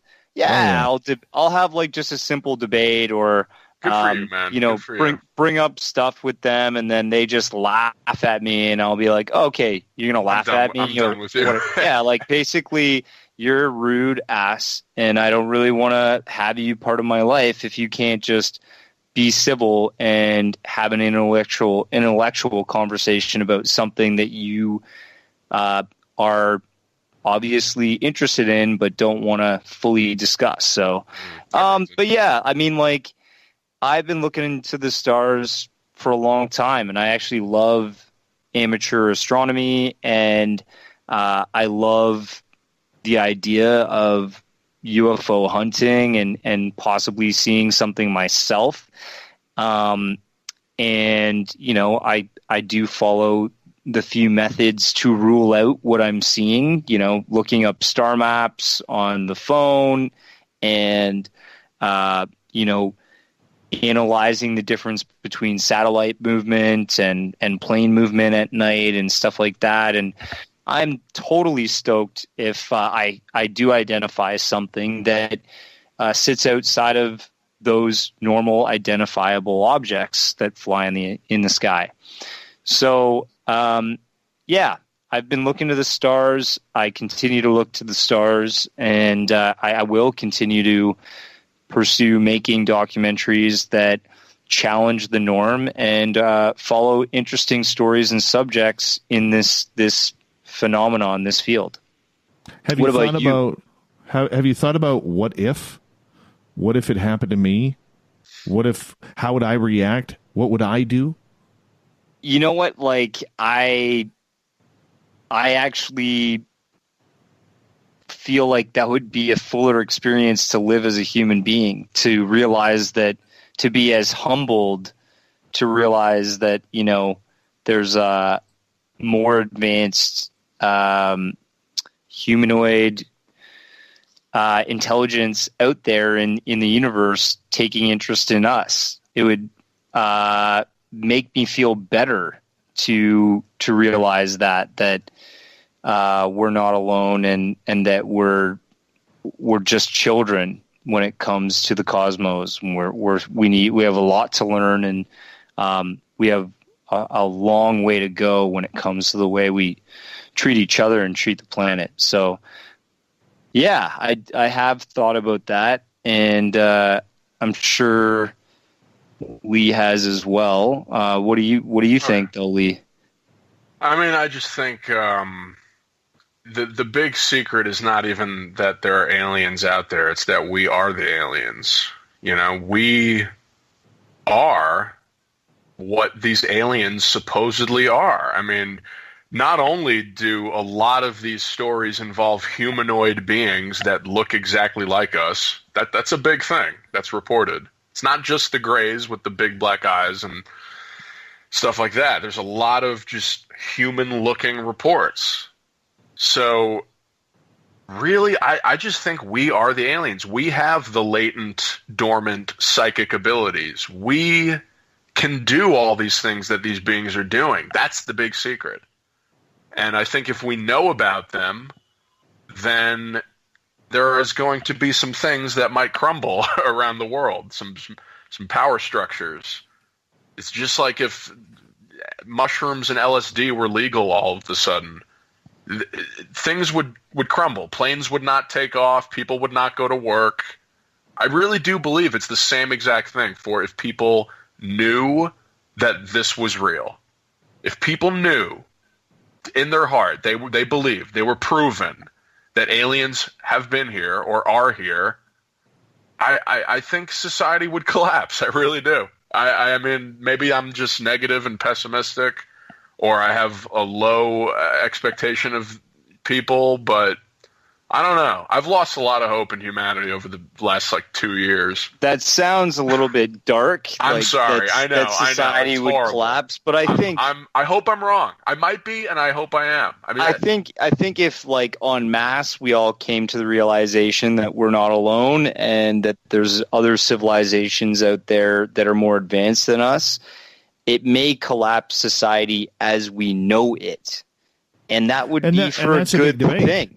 That would be for a good thing, I think. I think if that collapse happens, it would be the birth of something better. That is a huge, huge debate with many people in the field of ufology as to, and I'll ask this as a question, and Lee, we'll start off with you with this. In regards to the fact that if it did become public, let's talk it and say that it is disclosed.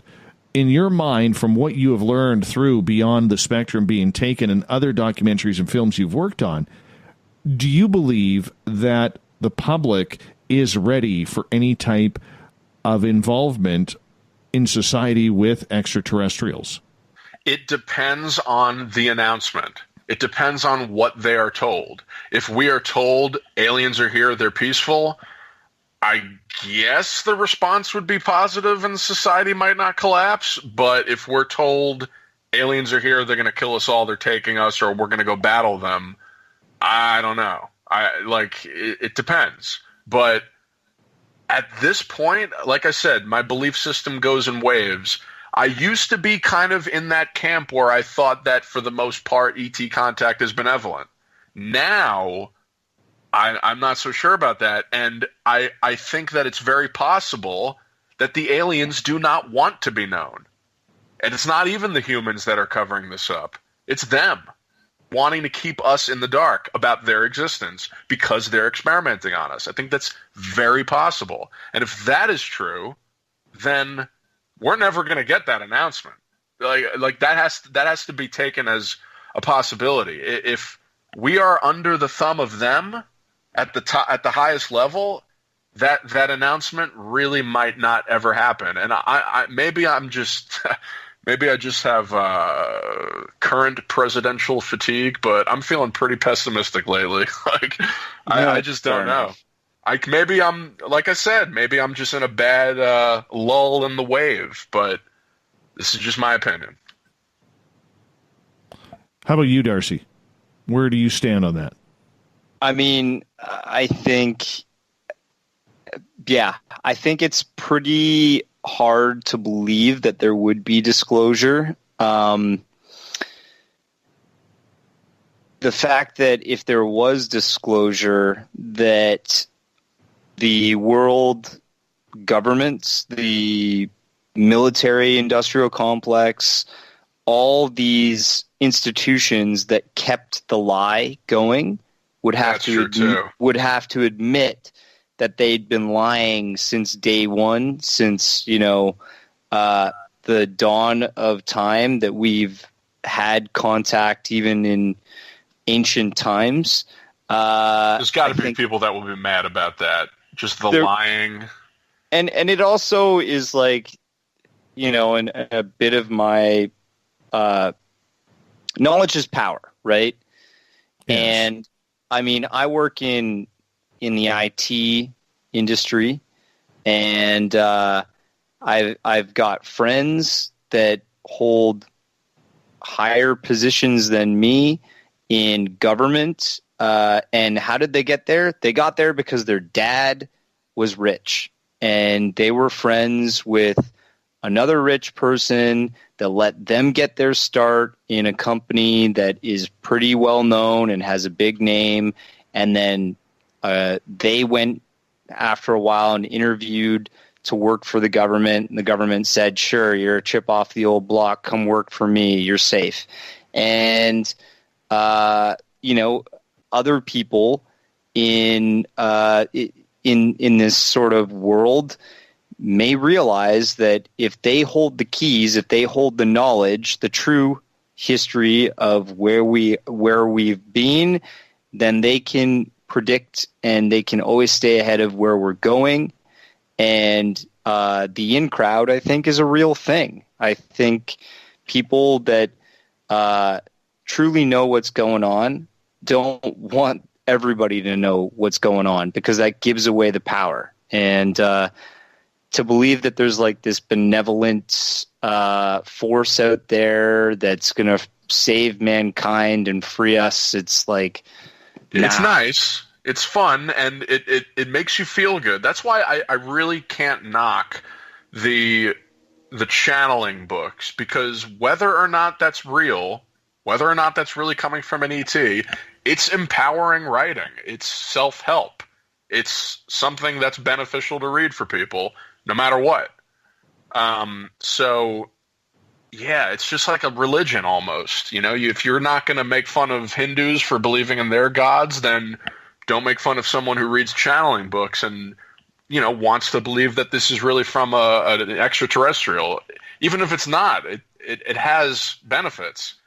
But, in our film, the very last thing, actually, literally the last line in our film is an abductee saying that humanity is not ready for this. And it's highly possible. I hope people are, but, I'm just going by, first I'm going by, like, people that I meet at parties and in bars.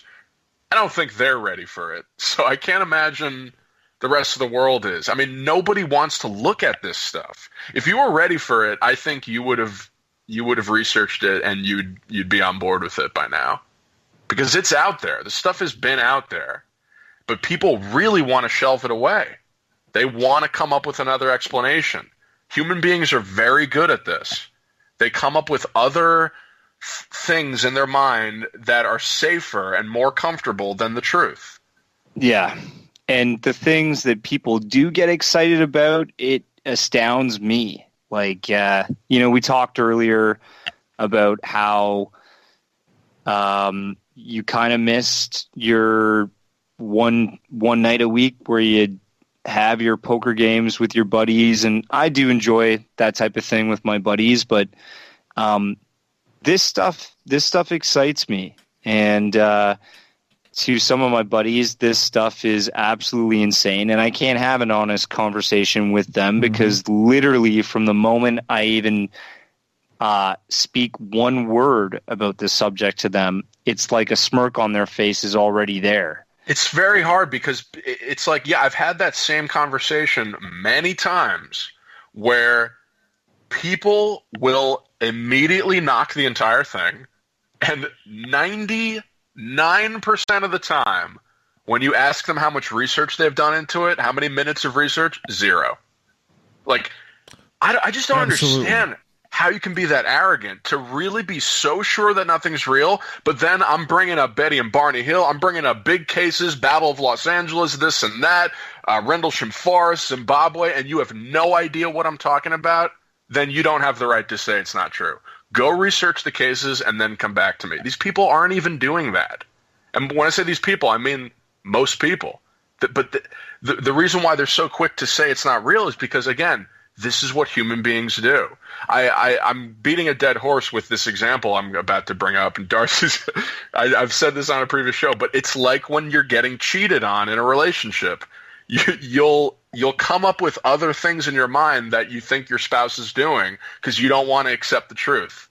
Or, maybe that's a really morbid example, but really it's the same thing. This is a thing that shatters your life. I mean, it shouldn't, but I could see how it might. It really defies everything we think we know, and you're going to come up with alternatives, whether you've researched it or not. It's like our survival nature. It's something that we have in our brain that does this, and I think it's possible to move past it. Just research it. Watch the video. Read the story. Check it out. Yes. That's all you need to do. Kevin has a good question here. He says, don't you think that the United States government or any government around the world would just say they had to cover it up for national security? And that's that. Fine. I mean, that's the easy excuse for any government. It's the best excuse. Yeah.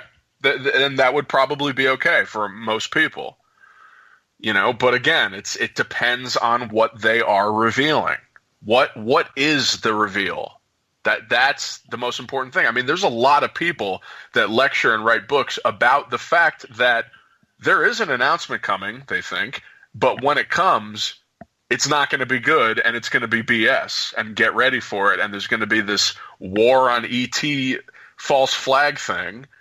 That's a big belief. So it depends. There's all this Project Bluebeam related talk where there's belief that they're able to stage a fake alien invasion. I believe that's possible. I've seen UFOs, and I don't know what the hell I saw. It could have been a projection of some kind. It could have been not a physical object. That's totally possible. It could have been some weird technology being tested. It really depends. But I think at this point, it's 2019. There hasn't been any giant verifiable sighting in a pretty long time. I mean, I don't know. It's just not looking like anything's going to happen. I don't know. Maybe, hopefully I'm wrong. I mean, yeah, there's all kinds of theories out there. And I think that the most prevalent theories are the most repeatable cases, like the most repeatable evidence is coming out of some of these theories, and those are the ones I'm attracted to. Mm-hmm. Yeah. We only got about 2 minutes here before we got to go to break. And Darcy, in regards to the fact that it always seems to come back to politicians, government officials, alleged shadow governments, do you think that there are some deep, dark secrets in there from what you have learned about what the government knows? Or do you think, much like what Senator Harry Reid has said recently, that many in Washington really have no clue what is going on and the evidence is actually limited? I think there's definitely a ton of disinformation and misinformation, and you got to be careful. Obviously, you can get swept up in theories that are completely outlandish but sound like they could be true. As far as shadowy government sort of cells and military industrial complex compartmentalized sort of units that are carrying out experiments and going to the stars and stuff. Yeah, sure. I believe in that stuff. Why not? Why not? Corruption is definitely real. I'm sure we're all seeing this happen in plain sight with politicians like Trump. And if you could see stuff like that in plain sight, how unrealistic is it that that type of corruption could be happening on a military level? If you had all the money in the world, you'd be trying to play God. 100%. 100%. You'd be experimenting. You'd be trying to create better humans, whatever, super soldiers. You'd be meddling in places you shouldn't be meddling in. And you'd also be taking liberty with meeting with the all the off-worlders that you wanted at any time you wanted, because you can, and you can trade information. So it is a little strange. It is a little strange indeed. We got you, gentlemen, for another 30 minutes here, as Darcy Weir and Lee Lustig are going to continue the talk of alien abduction. We're having a blast tonight. This show's flying by. We're 2 hours down. We have 1 hour to go. Gentlemen, I hope you're having fun, man. Hope you're having fun. Totally. Great time, man. Know it. Excellent. Excellent. You guys stay tough and tight. And just grab the bars, man. Grab the bars, man, because I need you to sit still for a few minutes. We'll be back with hour number 3 of Spaced Out Radio. Lee Lustig, Darcy Weir, Beyond the Spectrum, Being Taken, can be found on Amazon as we speak. Go check it on out. We'll be back with hour 3 of Spaced Out Radio right after this.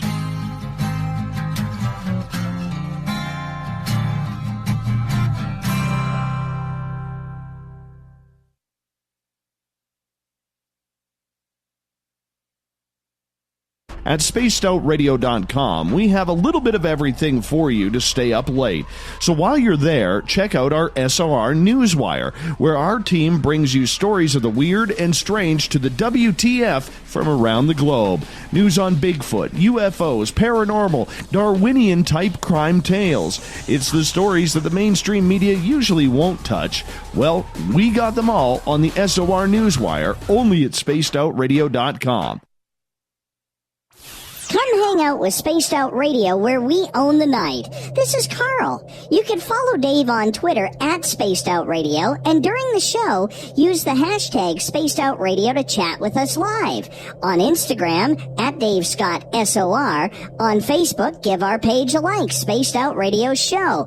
SOR archives are free on YouTube at Spaced Out Radio. Come join us, or I will come join you. See you at your window.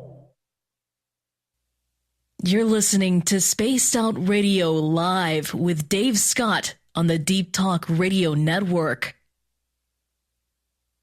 The Call of the Wild is in Vancouver. The Moose Vancouver is one of the hottest bars and restaurants in the city.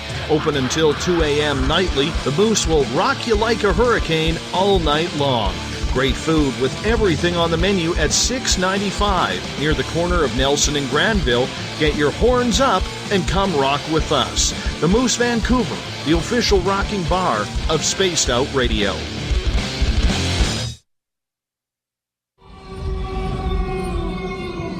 Hey, this is Canadian Paranormal Investigator Mike Moore. The third Wednesday of every month, I'll be teaming up with Dave Scott to bring you Ghosts of the Great White North. Each month, we will bring on guests from across Canada to discuss their ghostly encounters.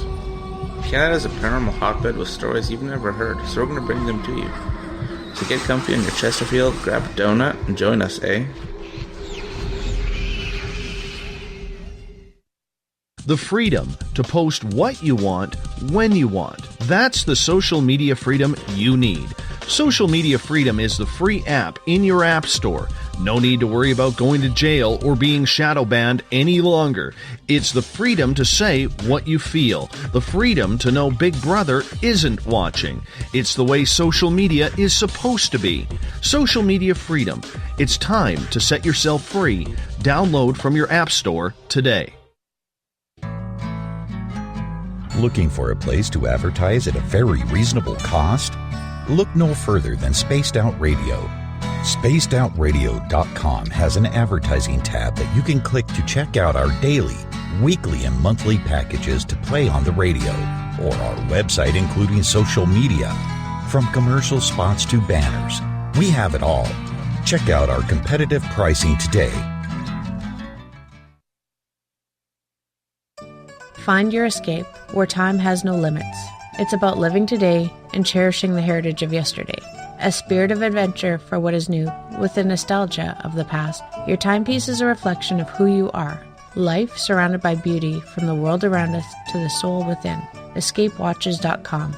There is no time like the present to enjoy your escape. Use promo code SMF2017 for your 20% discount today.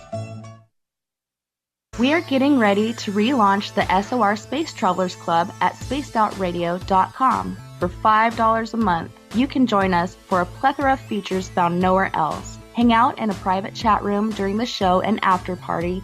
You can check out some exclusive content and a store specifically for you, as well as a private listener forum where you can post your thoughts, stories, and pictures. The SOR Space Travelers Club, coming soon to spacedoutradio.com.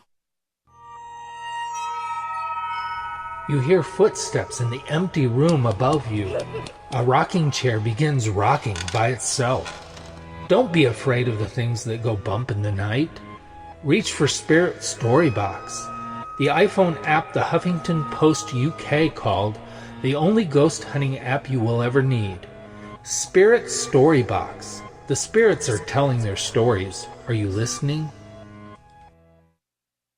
Hi, George Norrie here. Are you ready for UFO Megacon, the immersion event? 7 days, 8 nights, 50 new speakers, UFO military witnesses, experiencer groups, skywatches, and so much more. Join me at UFO Megacon, March 24th through the 30th in Laughlin, Nevada.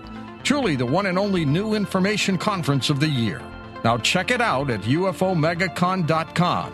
That's UFOMegacon.com. On the first Tuesday of every month, I encourage you to come along for a journey with me, Geraldine Orozco, on The Spiritual You. Together, we will take a look at how to access the highest expression of yourself and change your life. Consciousness, ET contact, health, and wellness, we can talk about it all. So come along for a spiritual ride with me, Geraldine Orozco, on The Spiritual You, only on Spaced Out Radio. Visit purpleplates.com today. For over 40 years, the Purple Energy Plates have been delivering amazing results for their many customers. Inspired by the great genius Nikola Tesla, the harmony, healing, and energetic effects of the plates have proven over and over to be beneficial and often miraculous to thousands of customers. Check their site for daily specials and choose from their many energy products. You won't be sorry. Visit them today at purpleplates.com. You know, it's hard being the bad man of ufology, but that's just the way that I like it. This is Chris George Zuger, and I'll be hanging out with Dave Scott and SOR scientist Chris Cogswell for Reality Paranormal, the second Wednesday of every month. And our job is to break it down and come to conclusions as to what is really going on in the supernatural world. I'd love for you to join us right here on Spaced Out Radio. So, you love talk radio? Then you'll love TalkStreamLive.com. TalkStream Live is always on, 24/7, with the best streaming talk shows. Find your favorite talkers and discover some new ones. It's free, readily available online or on mobile with any smartphone or tablet. Finding your favorite talk shows all in one place has gotten a whole lot easier. Just go to TalkStreamLive.com. Be sure to download the free apps from Google Play or the iTunes App Store. Get your horns up with me on Spaced Out Radio. This is Ron Bumblefoot Thaw. Come tune in to SOR where you can hear me rock out with Little Brother is Watching, the official theme song of Spaced Out Radio. And then come on over to bumblefoot.com where you can find out about my tour schedule, my music, and everything else. Bumblefoot.com keeps you up to date on what I'm doing and the best way to stay in touch with my music and music camps. Sign up for my newsletter at bumblefoot.com and remember, Little Brother is watching. Would you like to connect with us? Head to spacedoutradio.com for all your latest show info. Now, back to Dave Scott and SOR. Hour number 3 of Spaced Out Radio is underway, and I am your host, Dave Scott. Thank you so much for being with us. Tomorrow night on the show, we're talking cryptids, UFOs, aliens. Erica Lukes is going to join us, 9:06 Pacific, 12:06 a.m. Eastern at spacedoutradio.com. Hi to everyone listening in on our terrestrial affiliates, KZFX, 93.7 FM in Ridgecrest, California. Up in Oregon in Reedsport, KDUN, AM 1030, WQEE, 99.1 FM in Noonan, Georgia, and UPRN 107.7 FM in New Orleans. On the digital side, Revolution Radio, Deep Talk Radio, good to have you with us. Remember, all of our archives are free at youtube.com/Spaced Out Radio. Just do old Davey the favor, hit that subscribe button. The Desert Clam has set the password for tonight in the SOR Space Travelers Club. Logomaki. Logomaki is your password. Make sure you use it wisely, Space Travelers, as the Clam sets the password each and every night, right here on the mighty SOR. Our website is spacedoutradio.com, where we have a plethora of features for you. Rock out to Bumblefoot. Get your horns up for that. Yeah, mine are up right now. Go shopping at our Spaced Out Radio store. Pick yourself up a t-shirt, a hat, a hoodie like Uncle Dale recently did. And it's a great way to support what we do here on the show and read up on Captain Shirk's SOR Newswire and so much more. Remember, text 555-888, 555-888. Send a message to us, SOR, and the town you are hanging out in, listening to this show. We're doing this because eventually we want to get into some swag giveaways for you through the text message, and we're testing it out to make sure everything works. So please let us know at 555-888. We'd really appreciate that. For the final time tonight, we introduce Darcy Weir and Lee Lustig. Beyond the Spectrum, Being Taken. Their documentary can be found on Amazon. It's all about ET abduction. And they're believers now. Gentlemen, welcome back to the show. Thank you, Dave. Hey, Dave. Leo, thanks for having us. No worries. Lee, I want to hit you up right off the bat here in regards to this whole phenomenon and everything that you were learning about the alternative side of life, if we want to call it that. How far down the rabbit hole have you gone with this? Do you find yourself immersed in this on a daily basis now when looking into UFOs or the To the Stars Academy or Bigfoot? Is it all your everyday life now? Honestly, no. There was a time when, hell yeah, it was. Maybe about 10 years ago, I was completely obsessed. I mean, all day, every day, reading plowing through books about this stuff. Yeah, there was a time when, yes, that was the case. But, I don't know. I still love it. Clearly, we're believers. I mean, hopefully that doesn't come across too strongly in the film. But, yeah, I've just always kind of wanted there to be more to life than just your day-to-day going to work and going to sleep and dying. And, I mentioned this before somewhere, but it really is just fun to research this stuff. Whether it's real or not, it's really fun. There's so many books written about this stuff, and it's just a nice escape. It's a great source of material if you're a storyteller. They're great stories, and it really is just like going on an adventure. I mean, and then if the possibility that it could be real, it's just a bonus. It's like it would be the greatest thing ever. But I think no matter what, people really should just check out these stories. Look into these cases that people are claiming happened to them. These insane things. Like I said earlier in the show, a lot of people that don't believe in the stuff that I talk to, they've never even researched it. They admit it. I literally asked them, how many minutes have you actually spent looking into these supposed cases of ET visitation? 0 minutes. That is the answer everyone gives. Why is that? I really think that if people just looked into it, it wouldn't be such a taboo thing. I really do think that. But you know. And Darcy, how far have you gone down the rabbit hole with this? You know what? Depends on what you mean by rabbit hole. Yeah, it depends. What's the limit? Like, what do you think, Dave? What do you think is the deepest level? What's the weirdest thing? I don't even know. That's such a huge question. Like, when I look at it, the way I always describe it to my audience is once you open that first door and you walk inside, you'll notice like 10 more doors in front of you. And behind each of those 10 doors is another 10 doors, and so on and so on. And every time you think you're getting closer to an answer, there's another bloody door you got to go through and 10 more behind it. It's absolutely ridiculous. I don't even know where the end is. I don't even think we've scratched the surface. One thing I do believe, though, is some way, somehow, everything seems to be tied together. Whether it's ghosts or aliens or cryptids or psychic phenomena or little gnomes running around the forest. And God knows, I love the gnomes. I am a big fan of the gnomes, right? Those are creepy. That Hellier thing creeps me out. Yeah. That you just told us about. Yeah, Hellier's pretty good. I really enjoyed it. But, you know, I don't know where it ends. But I do believe that there is some sort of synonymous tie in between everything. And, yeah. Yes, sorry, go ahead. Well, I was going to say, okay, you know what the weirdest thing that I might believe, or I don't know, a concept that I like that is super out there? Lizard people under LA. I'm into that David Icke, like, reptilian. Not me, man.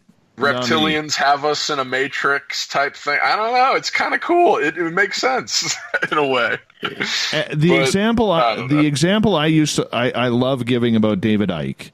Yeah. That just throws me for a loop is when he pretty much states that the only reason why the Queen has lived to 91 years old is because she feeds off the blood of virgin children.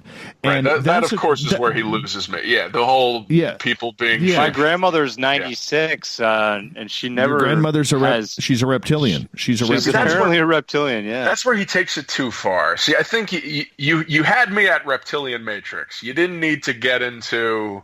people being reptilian, like Prince Charles or whatever.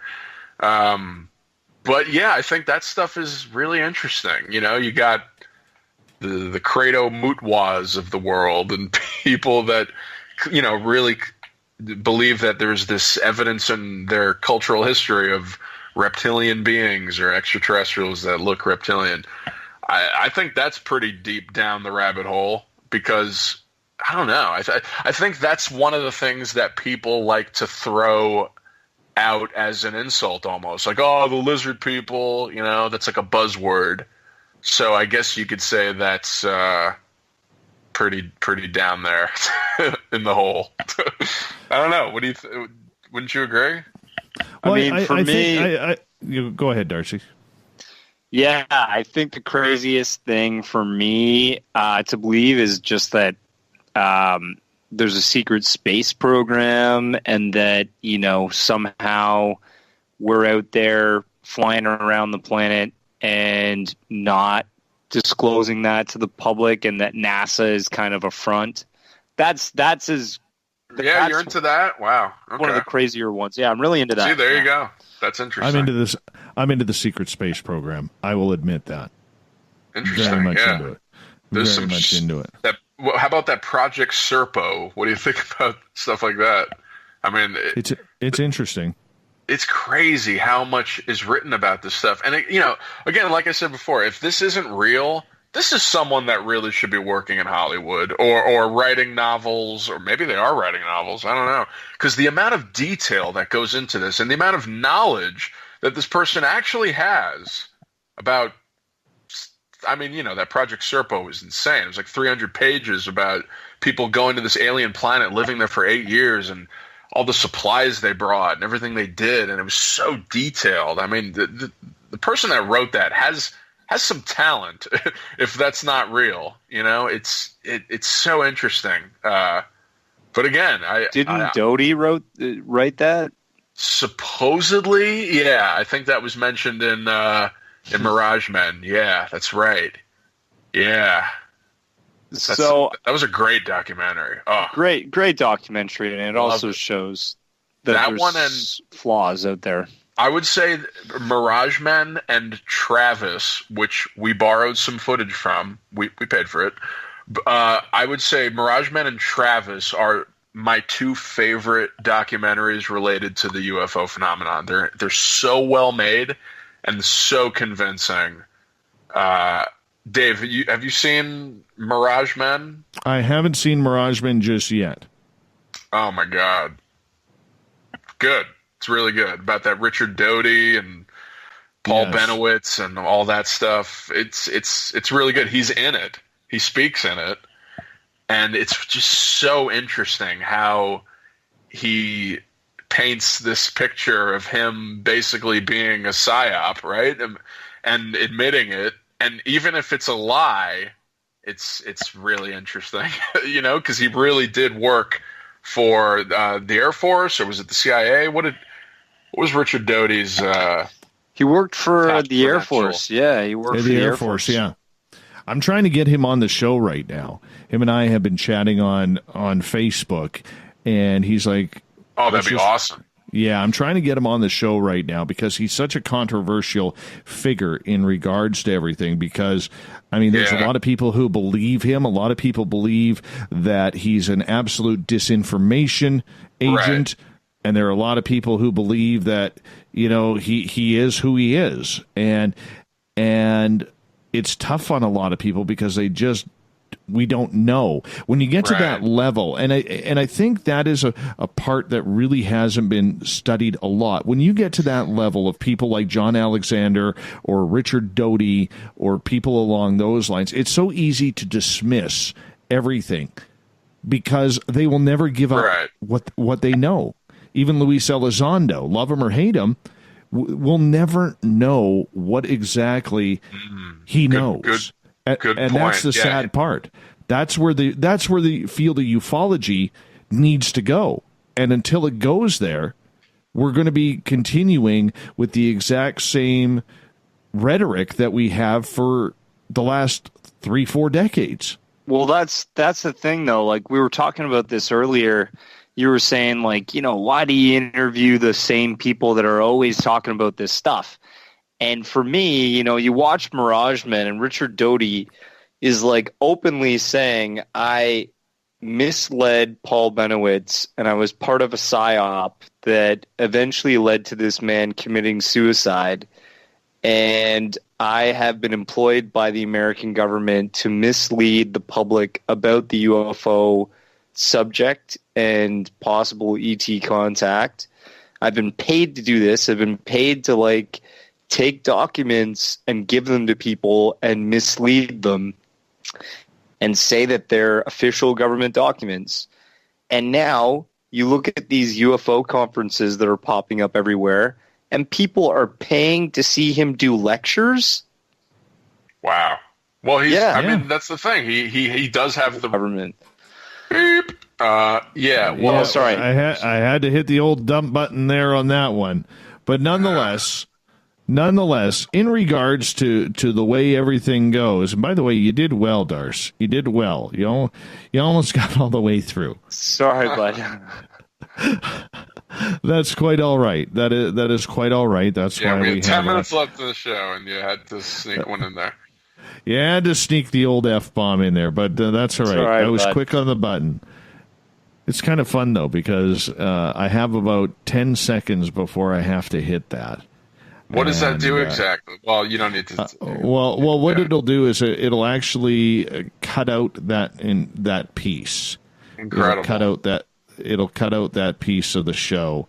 Incredible. And because we are on a delay, so it eliminates that delay for a couple of Sorry seconds. about that, man. Yeah, No, that's all right. It happens. It happens.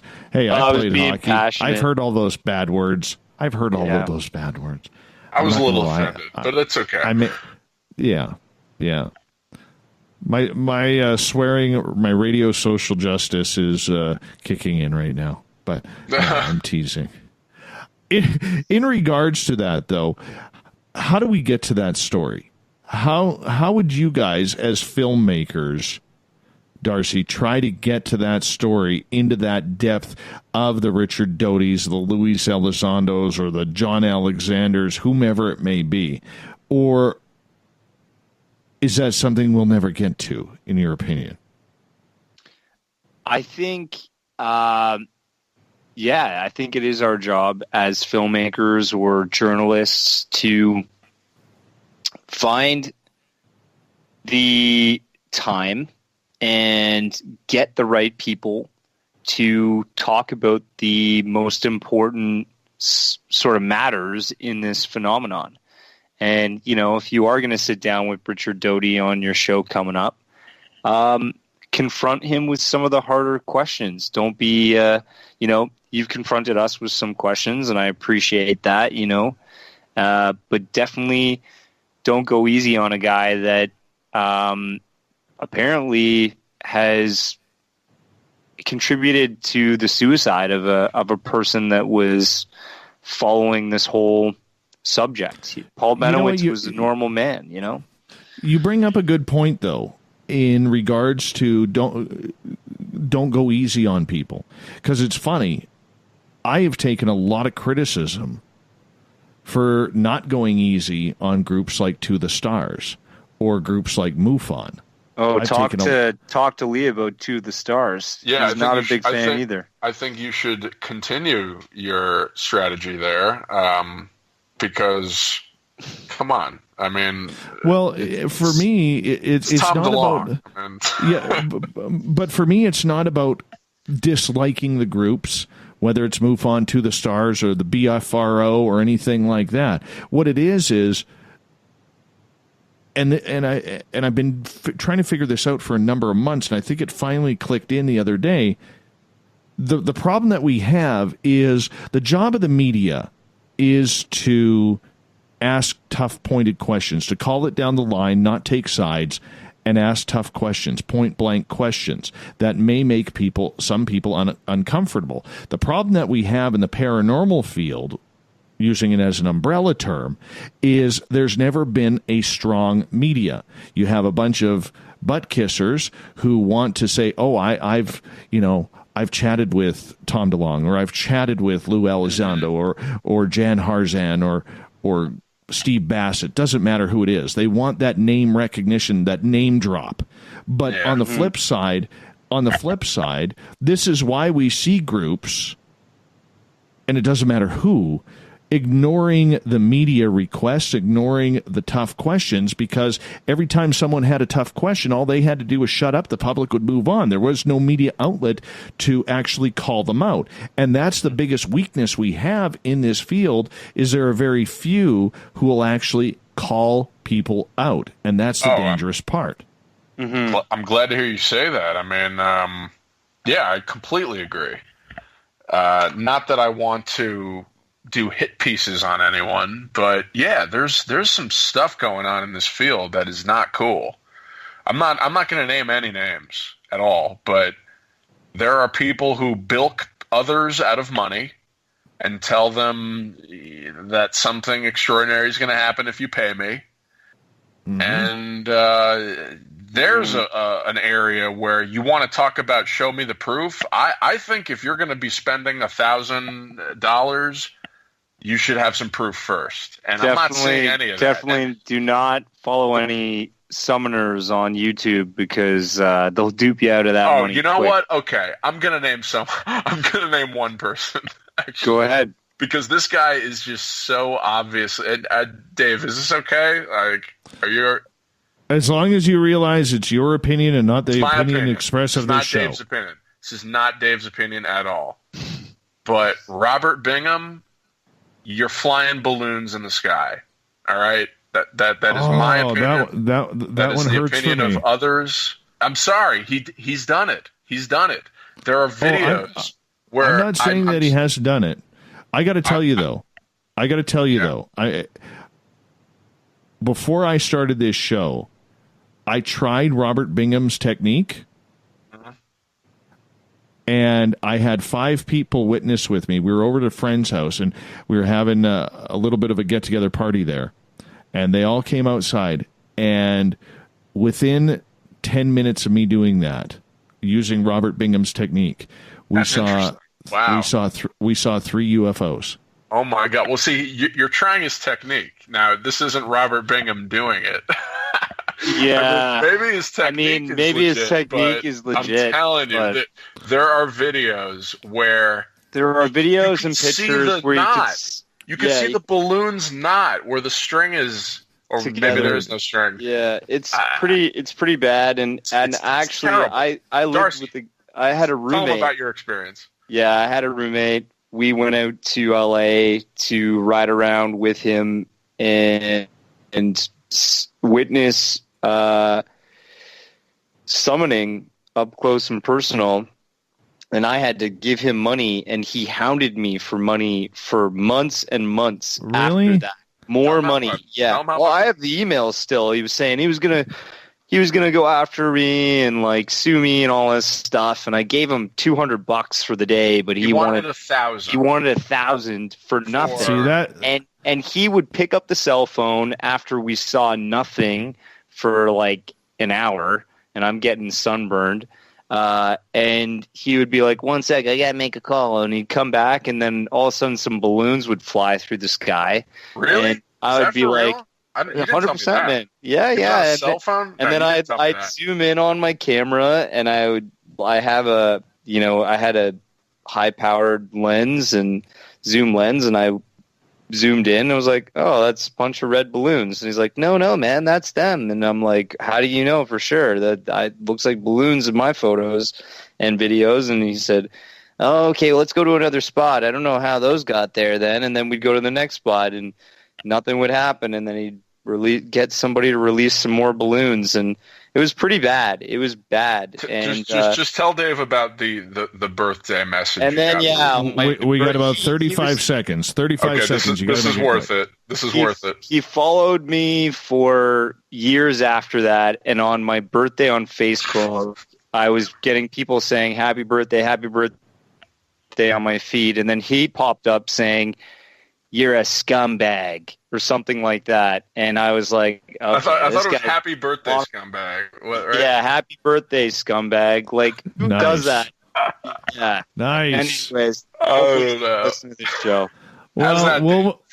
So now what we're going to do before we say goodnight to you is when it's Darcy's birthday on social media, all Spaced Out Radio listeners go say happy birthday scumbag. Thanks, guys. And put a hashtag Spaced Out Radio. Darcy Weir, Lee Lustig, thank you so much for being on Spaced Out Radio tonight. What a pleasure. Thanks, guys. It's been great. All right, coming up next, we got the SOR News Wire and the Thought of the Day. But remember, you can find Darcy and Lee's documentary, Beyond the Spectrum, being taken on Amazon. Make sure you go check that out after the show. We'll be back to bring it on home after this.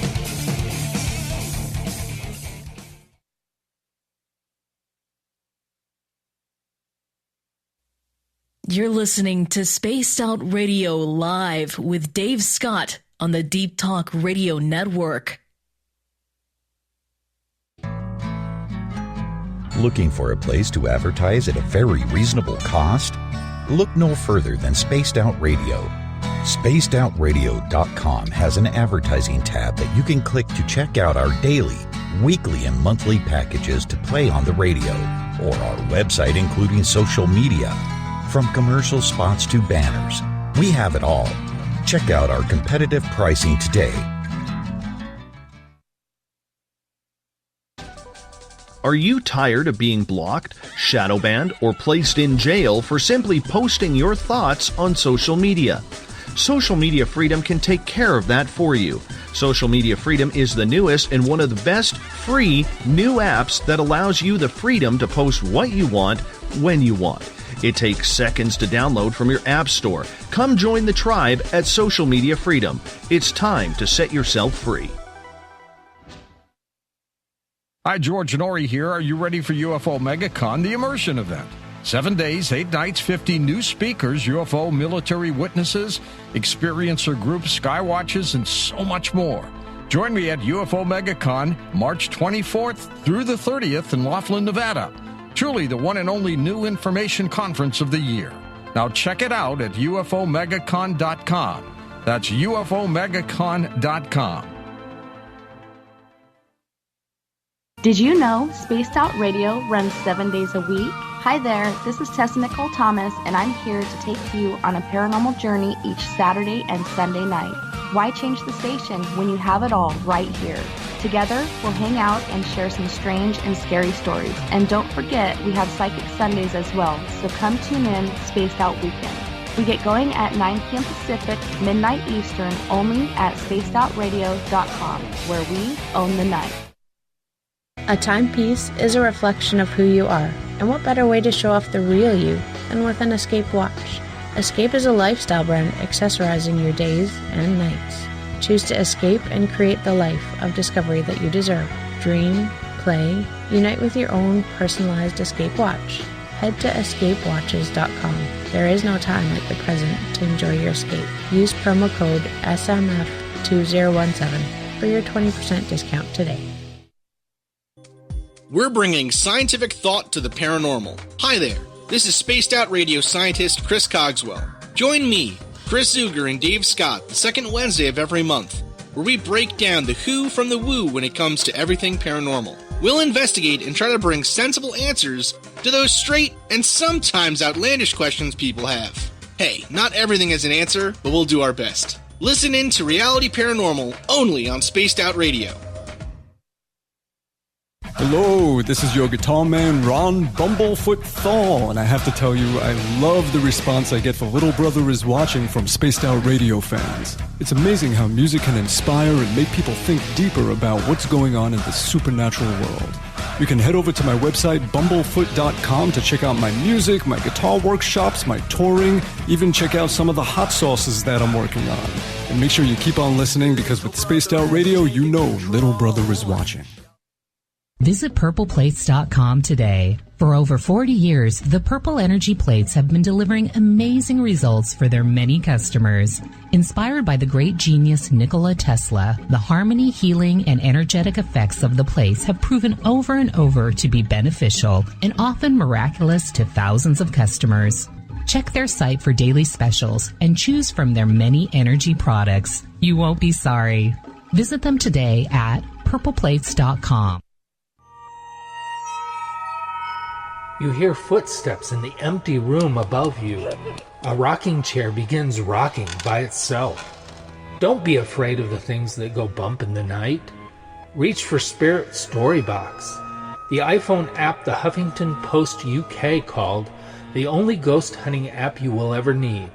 Spirit Storybox. The spirits are telling their stories. Are you listening? So, you love talk radio? Then you'll love TalkStreamLive.com. TalkStream Live is always on, 24/7, with the best streaming talk shows. Find your favorite talkers and discover some new ones. It's free, readily available online or on mobile with any smartphone or tablet. Finding your favorite talk shows all in one place has gotten a whole lot easier. Just go to TalkStreamLive.com. Be sure to download the free apps from Google Play or the iTunes App Store. Coming soon to our website, spacedoutradio.com, is the SOR Space Travelers Club. For just $5 a month, you can get into a private area on our site where you can hang with other listeners in our chat room, post in our forum, and check out a bunch of exclusive content and store that won't be found anywhere else, including a nightly after-show party with Dave. It's going to be the best $5 a month you're going to spend. The SOR Space Travelers, only at spacedoutradio.com. Are you intrigued by Paranormal Talk Radio? You'll love the new Paranormal Radio app from TalkStream Live. You'll find a great selection of talk shows covering UFOs, ghosts, strange phenomena, and much more. Download the Paranormal Radio app now and start listening to the very best in paranormal talk entertainment, including the network you're listening to right now, the Paranormal Radio app, free in Google Play and the iOS App Store. Hi there, this is Geraldine Orozco from San Francisco's Bay Area Meditation. I invite you to join me the first Tuesday of every month with Dave Scott for Spaced Out Radio's The Spiritual You. In this fast-paced world we live in, it's time for you to take some time for you. We'll cover every possible subject from powerful meditation to healing techniques to your own intuition and spirituality. So come join us for The Spiritual You. Heading to Vancouver and looking for a night on the town? The Moose Vancouver is the bar that never stops rocking until 2 a.m. every night. The Moose has great food with everything on the menu from $6.95 to $8.95. Fantastic, vibrant staff and rock and roll that will bring you back to when the music was real, the hair was long, and the guitars were rocking. Get your party on at the Moose Vancouver, the official party bar of Spaced Out Radio.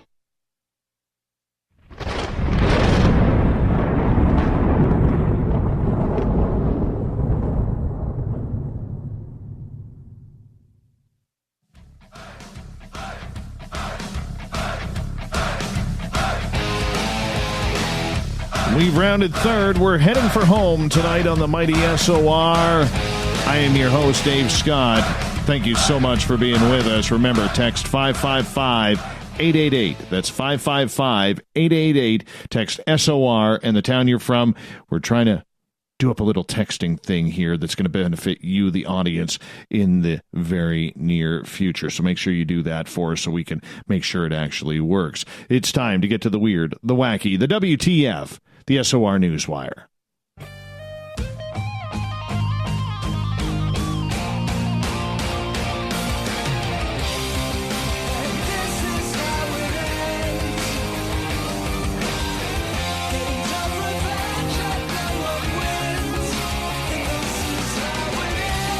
The news is always changing, which is why we bring you the SOR Newswire, brought to you by Paranoia Magazine at the back end of every single show, where we get into the stories that may not make the mainstream, but you know what? They're just so good for us. We're going to start off in the state of Michigan. And apparently, a federal appeals court in the state has given that say that a woman's constitutional rights were violated when she was handed a speeding ticket after giving the finger to a Detroit police officer 2 years ago. So it was a 3-0 decision Wednesday, saying that the officer, Matthew Menard, should have known better, even if the driver was rude. In other words, get a thicker skin. So apparently, she got a speeding ticket. This lady, Deborah Cruz Gullias. All right, she got the speeding ticket, got pulled over, argued about it. Officer gave her the ticket. Then she goes to drive away, and she gives Officer Menard the one-finger salute. Well, apparently he didn't like that. Pulled her over again and recharged her. So Cruz Gullias has sued, saying her right to free speech rights and her rights against unreasonable seizure were violated. The courts agreed. Well, Officer Menard is in trouble now. It's amazing, the power of the middle finger. All right, let's head down to Australia here. So, this is an interesting story. A 43-year-old man was saved by his cell phone. Literally saved by his cell phone. So, he was in a confrontation in Nimbin, which is about 110 miles south of Brisbane. He noticed a man who was known to him standing outside his house with a bow and arrow. So he took out his phone to videotape him. The dude launches the arrow, and it was heading right for his body, like his chest. and it went right through the cell phone. And the impact, pardon me, it wasn't a chest, it's chin. The impact of holding the cell phone out from the arrow drove the arrow in the phone into the man's chin. He didn't require medical treatment. Not really painful because he wasn't cut open or anything. He had minor injury, maybe a bruise or something like that. But the other guy was taken into custody, charged with the intent to commit an indictable offense or an indictable offense, assault occasioning actual bodily harm and malicious damage. He was granted bail, set to appear in court next month. But who does that? Honestly. If you want to get back at your neighbor, do you really bring out a bow and arrow and then when he's filming you, shoot it? I mean, how is this guy not charged with attempted murder? Ridiculous. You just don't say, hey, I'm going to bring my bow and arrow out, go over to the neighbor's house who, pissing me off. Maybe he's throwing dog poo in my yard or something like that. I don't know. We don't know the situation. Maybe he plays his drum kit too loud. I don't know. But you don't bring a bow and arrow and then shoot the guy. Like, thank goodness his phone was there. Thank goodness this guy could be in a lot of trouble right now, health-wise, if not dead. Not really worth it. Let's move on. I don't know if you saw this story. There's a video that goes along with it. So this Kentucky couple had a little bit of an eerie moment last Thursday where their closed caption television security cameras caught what looked to be a man sauntering down the road. But the man, as he continues to saunter down the road, eventually fades away and disappears. Now, they don't know if they've caught a ghost. They don't know if it's the camera playing tricks. But if you look at the video, it literally looks like a man who just is walking down the street, looks like he's carrying a briefcase or a book or something, and just disappears.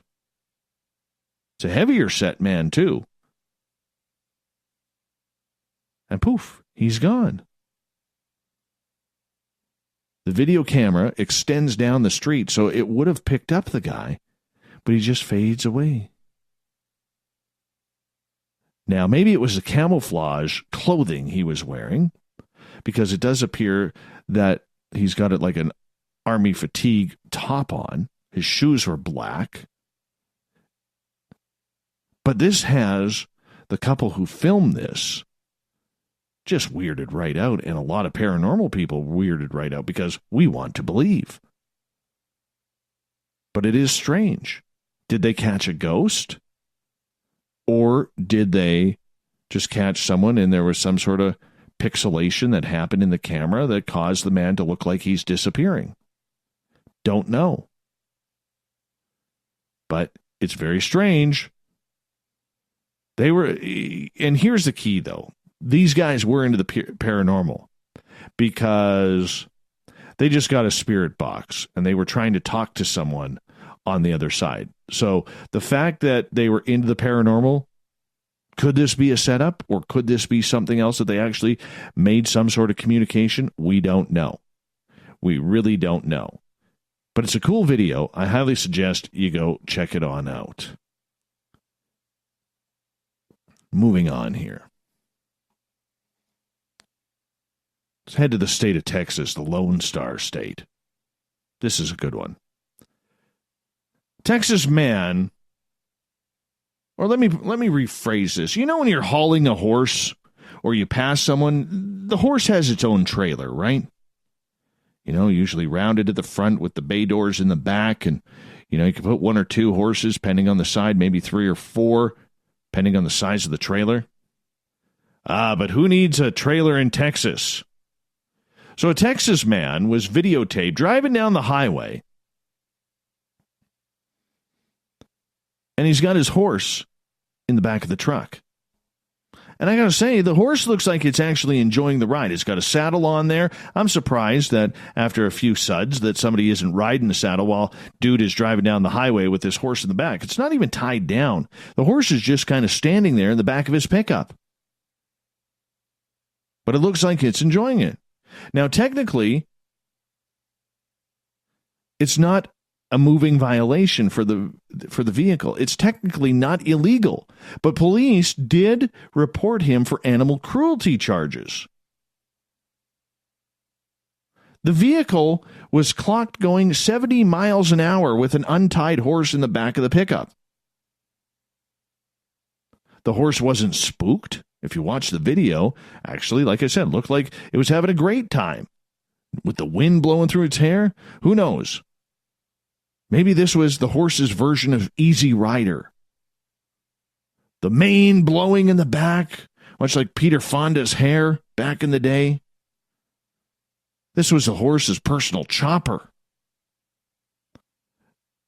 Texas does allow still people, animals, and in some circumstances children to ride unsecure in the bed of a pickup truck. I mean, who misses those days? Lord knows I do. That was half the fun of being a kid, is getting to ride in the back of Dad's pickup. Right? But fact is, the animal was not tied down.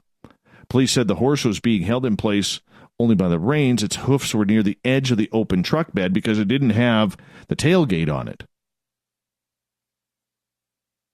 So after police pulled the truck over, they got somebody from the nearby livestock barn to grab his trailer to put the horse away, so that way the horse was at least able to travel safely to a safe location. Case is now being reviewed by Polk County District Attorney's Office on whether or not charges will be laid. But the driver of the truck says, the only thing I wish I had done differently was put eye covers on the horse, so that way the wind didn't hurt the eyes. Where's your tailgate, man? Who drives a truck without a tailgate? This dude does. And of course, we head to the state of Florida. How can you not have the SOR Newswire without a story from Florida? So, everybody knows this big story going around about the colleges being charged for accepting bribes to get rich people's kids into school. So, this 36-year-old man named Mark Rydell,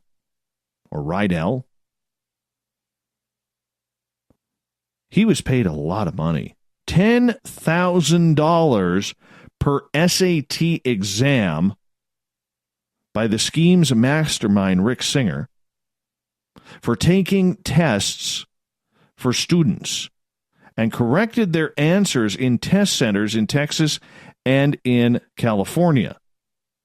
He also helped students with their answers in some cases while they sat in the test. So apparently Rydell would fly from his home near Tampa Bay to sit in on the test in either location, either taking the test himself or pretending to take the test while sitting by the student that he was paid to help. Police say he is a cooperating witness in this case. If he wasn't, he still could actually face up to 25 years behind bars for his role in this scheme. He's due before a judge on Wednesday. So he's one of 50 people who've been indicted, which also includes Hollywood actresses Felicity Huffman and Lori Loughlin.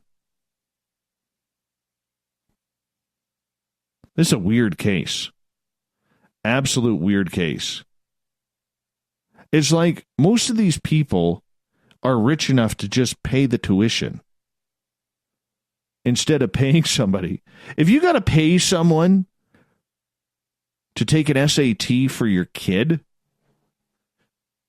probably shouldn't be going to college, let alone a school that's charging like $50, $60, $70, $100, $200,000 a year for tuition. It's terrible. And this guy advertised it. Director, he worked for IMG. Now, if you don't know who IMG is, they are a big agency that promotes a lot of athletes and represents a lot of athletes, including tennis stars Andy Murray and Serena Williams. They also do a lot of hockey players as well and football players. So he was apparently the director of college entrance exam preparation for these guys. So here he was making a cool buck off this. And getting away with it. It's ridiculous. I'm curious to see where this story goes. I really am. Because this story is strange. And there's going to be a lot of broken people in this one. Let's get to the thought of the Dave.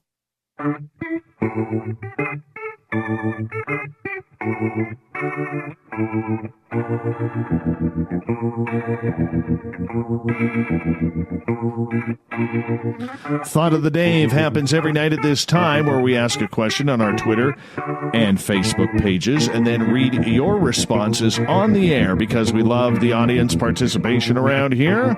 Today's Thought of the Dave is as follows.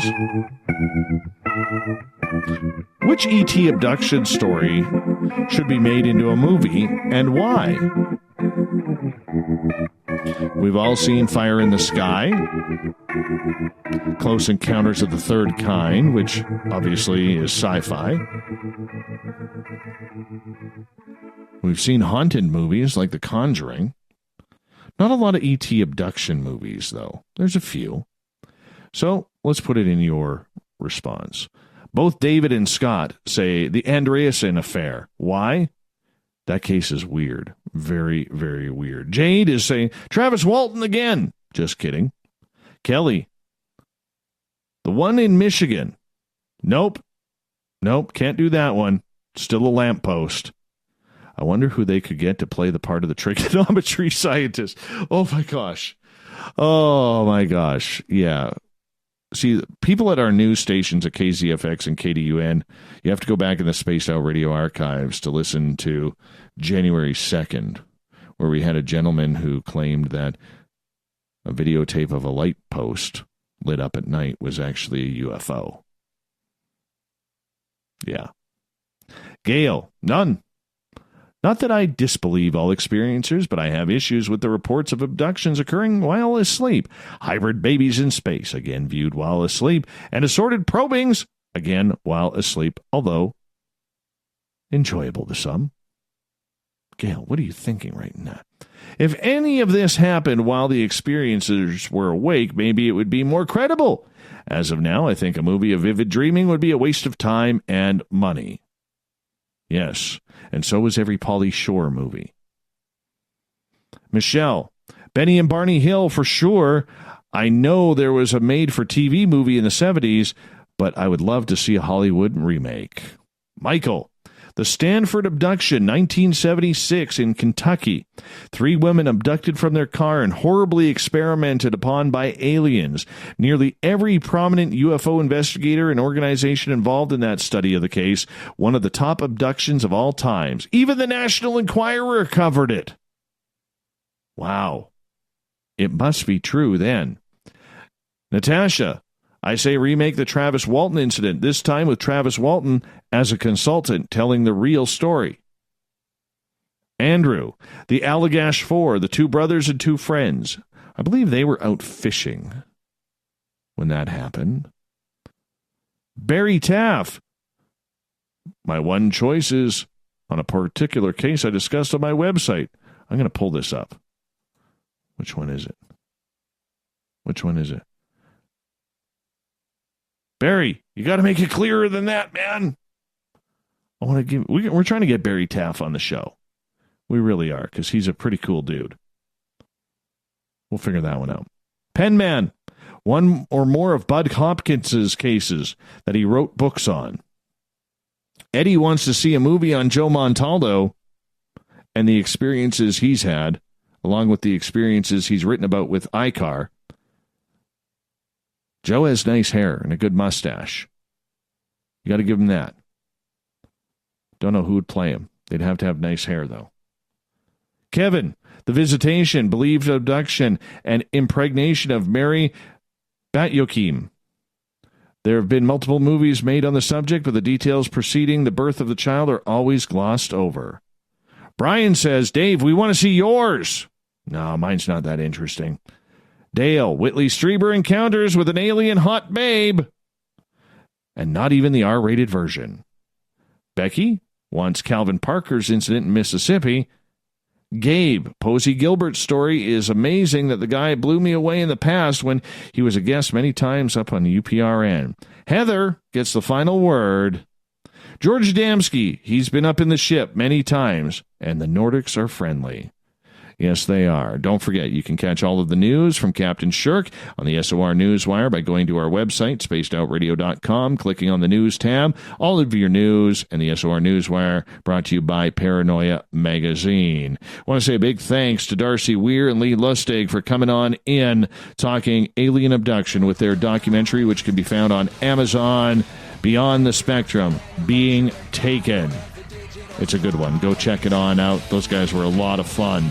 Tomorrow night on the show, we finish off the week talking UFOs, cryptids, aliens. Erica Lukes, former MUFON team member, will be with us. 9:06 Pacific, 12:06 a.m. Eastern at spacedoutradio.com.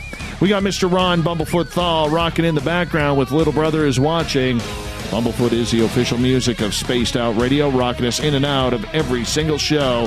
Get your horns up for the guitar god himself. Special thanks to everybody listening in at home, at work, in your cars, wherever you may be. Thanks to everybody in our chat rooms and on Twitter at hashtag Spaced Out Radio. It's been a good night. It's been a good week so far. Remember, this show is copyright by Spaced Out Radio and SOR Media Ventures Limited. Thank you so much for tuning us in tonight, because together, my friends, don't make a mistake. We're watching. We own the night. I will talk to you in 21 hours from now. Mr. Bumblefoot, we need a favor. We need you to take us home.